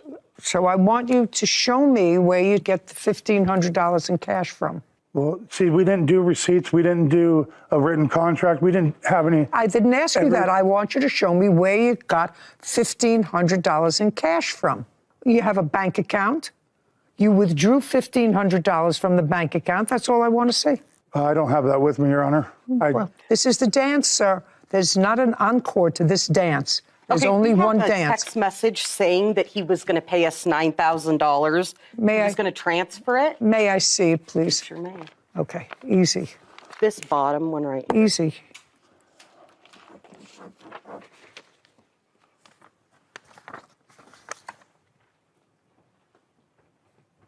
Yeah, November 2nd, you told him that you were going to transfer $9,000. Yes, and then that's when I went to Sunnyside and I took shatter with me because I didn't have the money at that time to cover it. So don't be ridiculous. I don't believe a word you're saying to me. Okay. All right. Now we're going to talk about the dog. Tell me about the dog. It was an 8.5-month-old, according to what I read, French bulldog. I'm the one that dealt with the dog stuff. Can I step over? Who owns the dog? I do. I have fine. Then you paperwork from. Just a second. Yeah, let her. Transfer over there. Tell me what happened on the 28th of October with this dog. Carter expressed that he would like a French bulldog Who's or a Carter? mix. Carter. And so we discussed him being a guardian home. A guardian home is where they keep the dog, they feed it, water it, take care of it. It stays in their home, and then when I'm going to breed it, I get to breed the dog. And then after one breeding, then they own the dog free and clear. So that's what we had agreed on, is that he's supposed to feed and water the dog, the food that has to be of a certain quality. It has to have a backyard. It has to be fenced. They have to own their own home, yada, yada. Anyway, we found out from Carter's sister that he does not own his home, that there is not a fenced yard, and he... You took the dog back. We took the dog back. Just a second. Is it correct, Mr. Irwin, because there's a dispute about you have the dog now? I have placed the dog in a different home, but yes, I had the dog. Probably better off without both of you. They have the dog back. For all intents and purposes, whatever she did with this poor creature that is clearly just being used for money, you had possession of for a while, and you had an agreement that you could keep the dog after one litter? Yeah.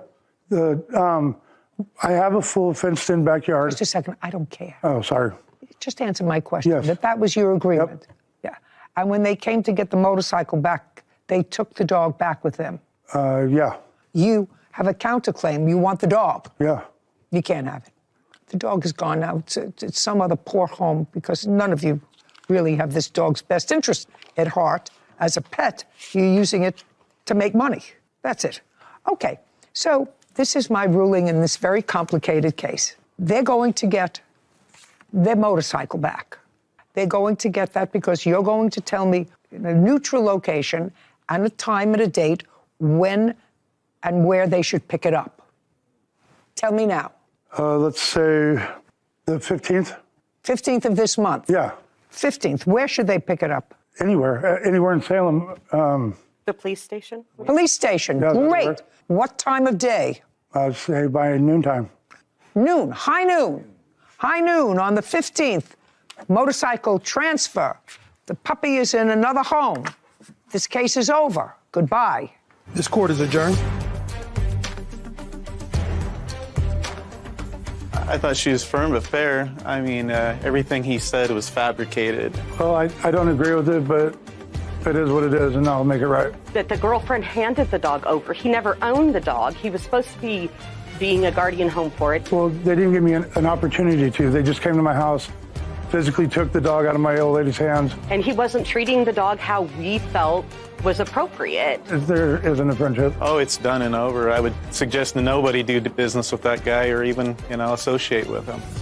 You know I don't care about motorcycles. They'll each get their motorcycles back, and I really don't care. And I certainly don't care about shatter, although I'm glad I learned what the term meant, because you like, at my age, to learn a new thing every day. It keeps you... Learn something new every day. What I am so sad about is, every decade or so, there's a popular dog, that everybody's got to have. It's the dog. And then people started to breed them as hobby sports. And they don't know anything about breeding. Yeah. As an animal person, that these little creatures won't have a chance to have any sort of a pleasant, normal life because they're going to be used for breeding and then discarded. It actually outrages me. The two of you were neighbors. Correct. He had this habit of turning his music up so loud. So I called the police. The next day I get out of my car and he calls me. Did the two of you ever see each other socially? Just the two of us? Just the two of you. This is Judy Justice. Robin Shepler is suing her former neighbor, Garrett Tappendorf, for a mobility scooter and harassment. Court come to order. All rise. Have a seat, please. Hello, Judge. Case 3053, Shepler versus Tappendorf. Thank you. You're welcome. Ms. Shepler, am I correct that the two of you were neighbors in a mobile home community? Correct. How long had you been neighbors in the community where you lived? 2 years. Did the two of you ever see each other socially? Just the two of us? Just the two of you.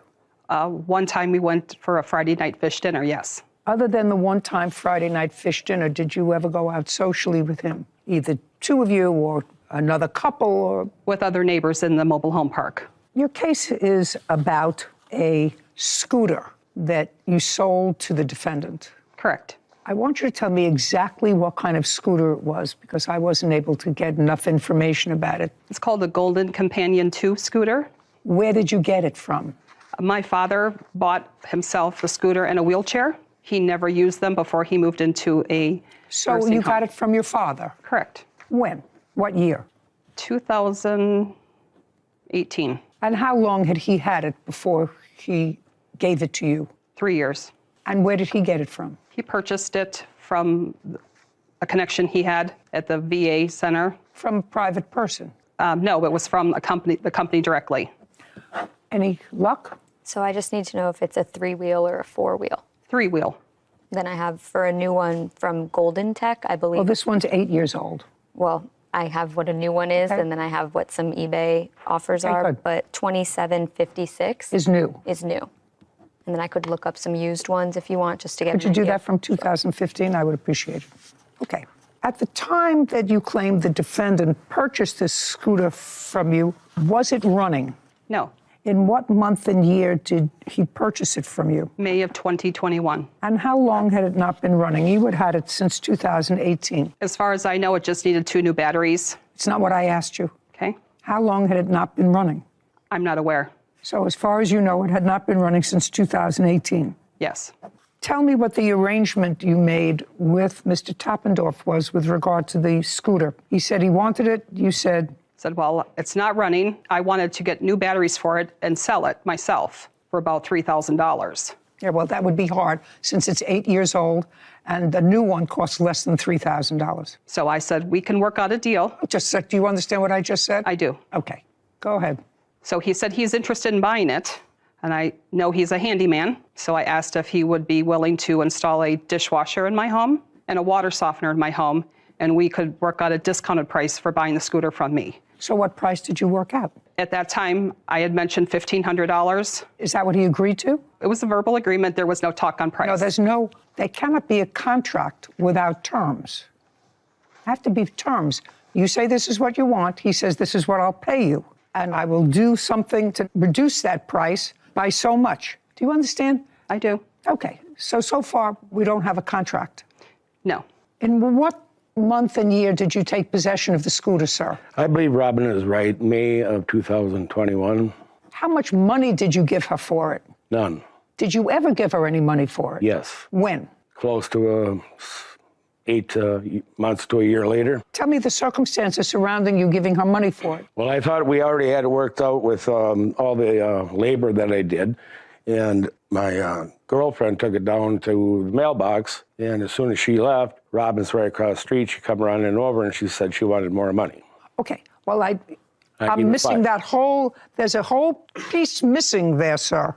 8 months later, you gave her money. Yes, I did. How much? $500. Okay.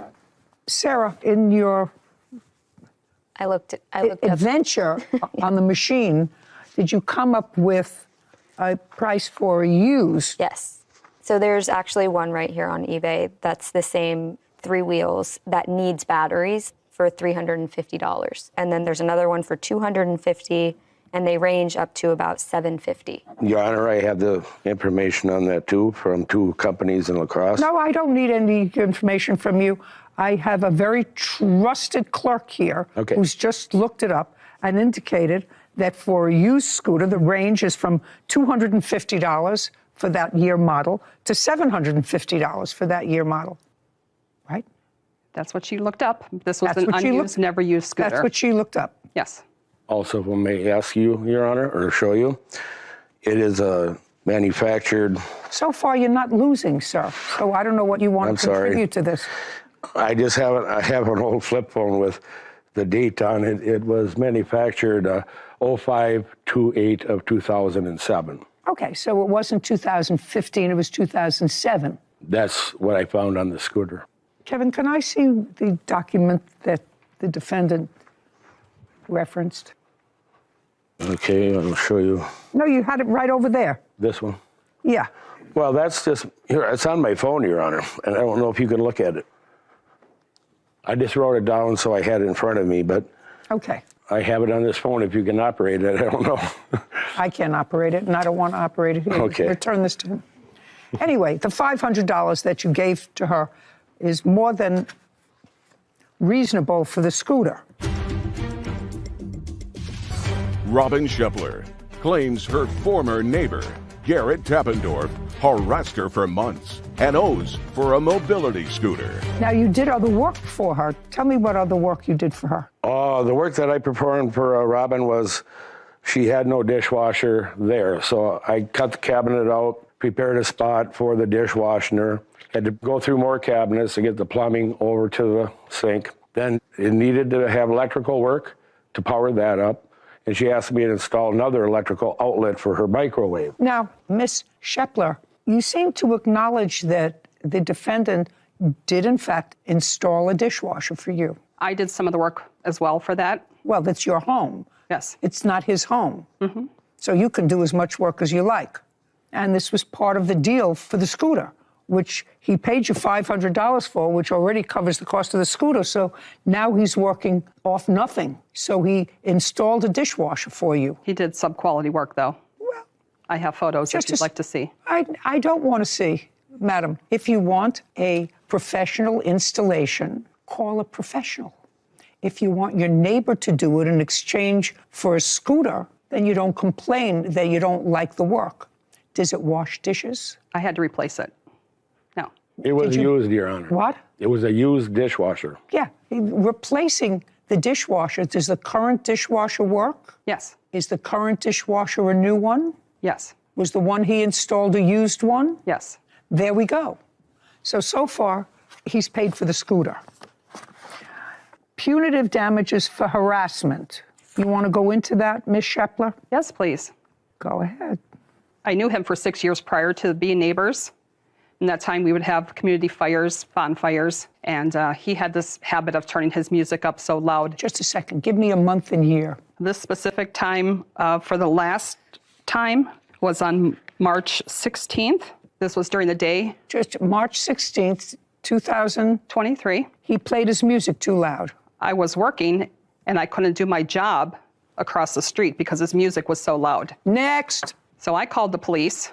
And the next day I came home from work, I get out of my car, and he calls me that's a nasty word. No, I did not. Just a second. And other vulgar terms. And he had the habit of standing outside urinating, where my grandchildren would see him. Well, tell me when. Give me every other day he did it.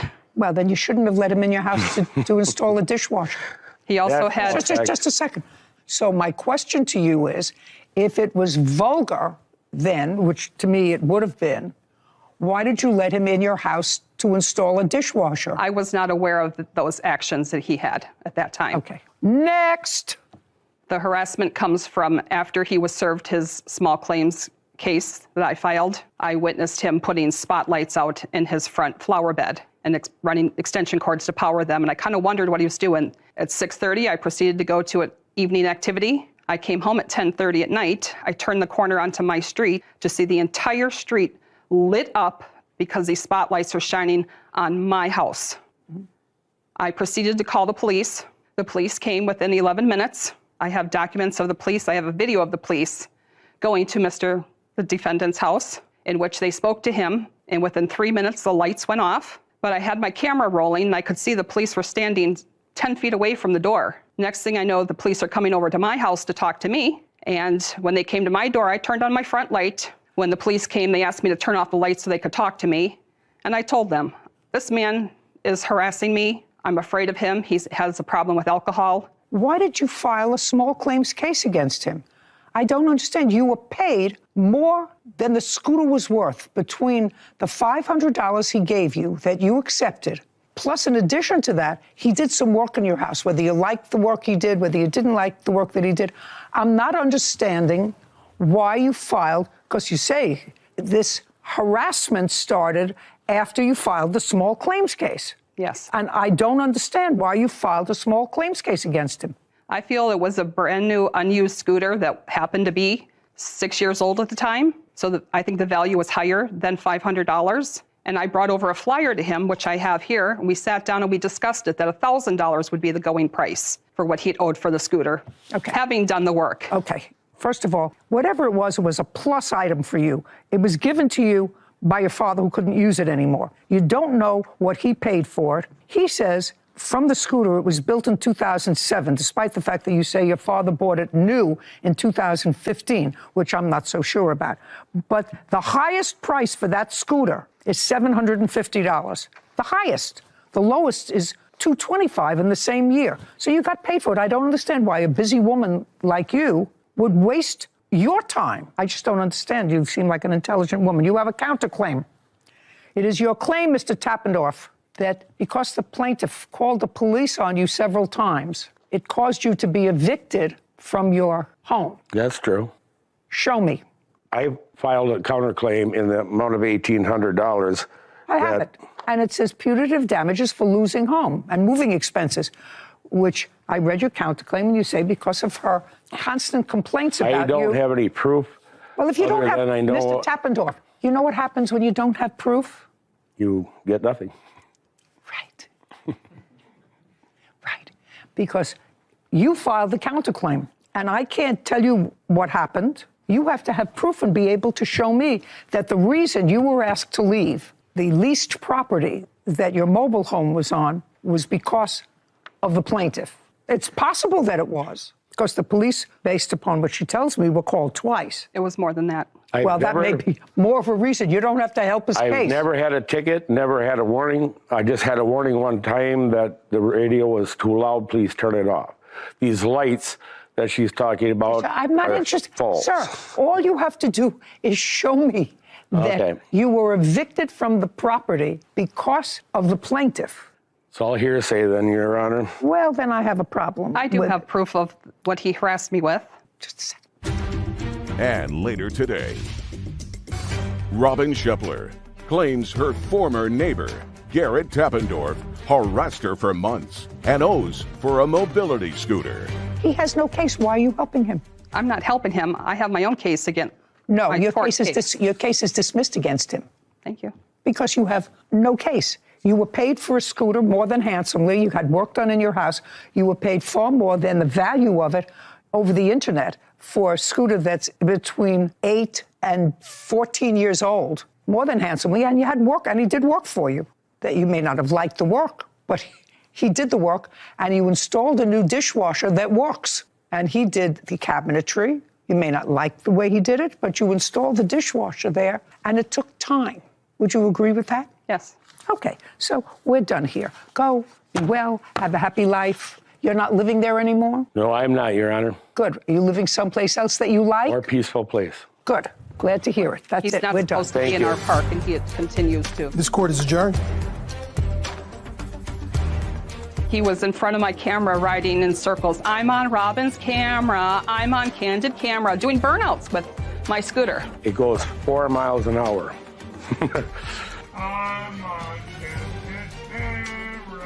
He taunted me with the scooter, and he knew he owed me more money on it. I have another girlfriend that lives in the neighborhood, and they're all jealous of her, and they just want me out of there now. Well, he's been evicted from the park, and all of the people are very happy that he's no longer there. That defendant has definitely watched you before. He knew he had no proof, and he knew he was going home because of it. But, I mean, I guess at least be honest. When you come in, he knew he didn't have it, but what do I have? Got nothing. Yeah, at least he knew it was hearsay, and he knew you weren't hearing it. I actually thought he was pretty sharp. Yeah, but I think, she was adequately paid, and he did work. She didn't like it. Hire a professional. Yeah, well, you put in a used dishwasher in the work that he created. Mm-hmm. So he really more than paid for it. Yeah. There's something else there. There's some other annoyance there. I'm not exactly sure what it is between the two of them. You don't want to know. And I don't. Yes. Case 3043, Huntsman versus Valdez. All parties, please step forward. Vincent Huntsman is suing his former employee, Jesse Valdez, for an unpaid loan and fraudulently cashing one of his checks. Mr. Valdez, from when to when did you work for Mr. Huntsman? Sometime early July to November 1st. Of 2022? 2022, yes. And in September of 2022, what was the address where you were living? Oh, September 1st, it was Midvale, Utah. And how long did you live there? I'm still currently living there. And in order to get that apartment, you needed security deposit. Yes. Now, you were working for Mr. Huntsman and doing insulation. Yes. And he wanted you to be a worker, and you wanted to be a worker. You have children, one or more? 2. Do you have a wife? Is not an answer. She's a girlfriend, sorry. Yeah. You have a girlfriend. Is she the mother of the 2 children? She is. Does she work? She does. And you don't work anymore. You are a stay-at-home dad. Currently, yes. I do what I can. You needed security deposit for this apartment when you moved in. I didn't need it. Well, in order to live there, you had to have security deposit. Yes. And you didn't have it. Correct. And the total security deposit that was needed for this apartment was $2,800. Correct. You were also living there, in addition to your girlfriend and 2 children, with one other employee who was a friend of yours? It's my cousin's boyfriend, but also a friend, yes. He was eventually evicted from the apartment. He was. Now, you took from Mr. Huntsman the $2,800, which is currently with the landlord. It is, yes. And according to what I read, the money was going to come from your work. Yeah. For Mr. Huntsman. Yes. That was could we back up just a second? Sure. Could we ask that question one more time? Just so I know. The money was supposed to come. Listen, he didn't give you $2,800. I want you to understand that right now. That's not going through my mind. Okay. This is a very smart old mind. Okay. I can understand that you needed an apartment. You needed a place to live. He wanted you to come to work for them, and he advanced the money for security deposits so you had a place to live. Yes. That's what happened. And then the next month, you decided to be a stay-at-home dad. I had no option. I don't care. What does that matter to Mr. Huntsman? Do I care? Does Sarah care that you had no option? Whitney doesn't care. Not even Kevin cares if you have no option. Okay. Nobody cares if you have no option, especially a stranger. Tell your girlfriend to get 2 jobs. You get 2 jobs, put your kids in daycare. Okay. That's what people do when they need money. I didn't need the money. It wasn't for me. What do you mean it wasn't? You're still living in the apartment. Yeah, I know it wasn't. Just a second, you're still living in the apartment. The landlord still has the $2,800 that he gave you. Yeah.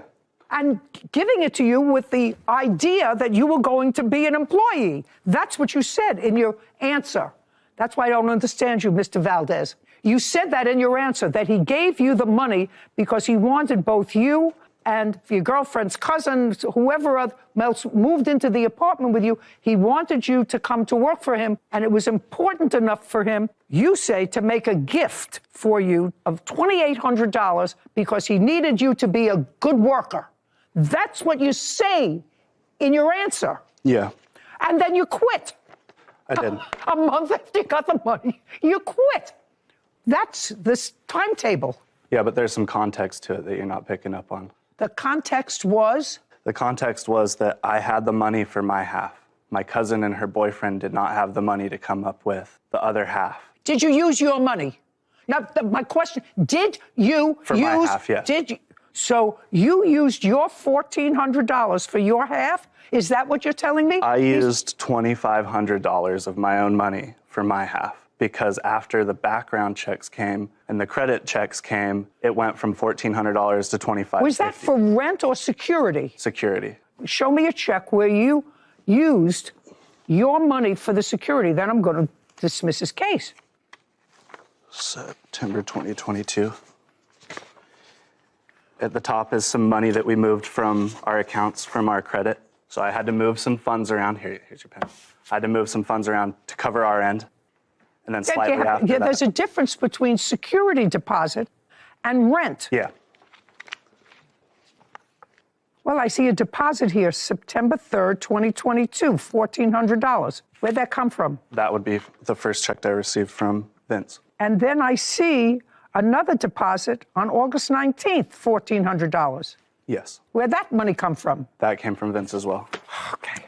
$2,800, judgment for the plaintiff. We're finished here. This court is adjourned.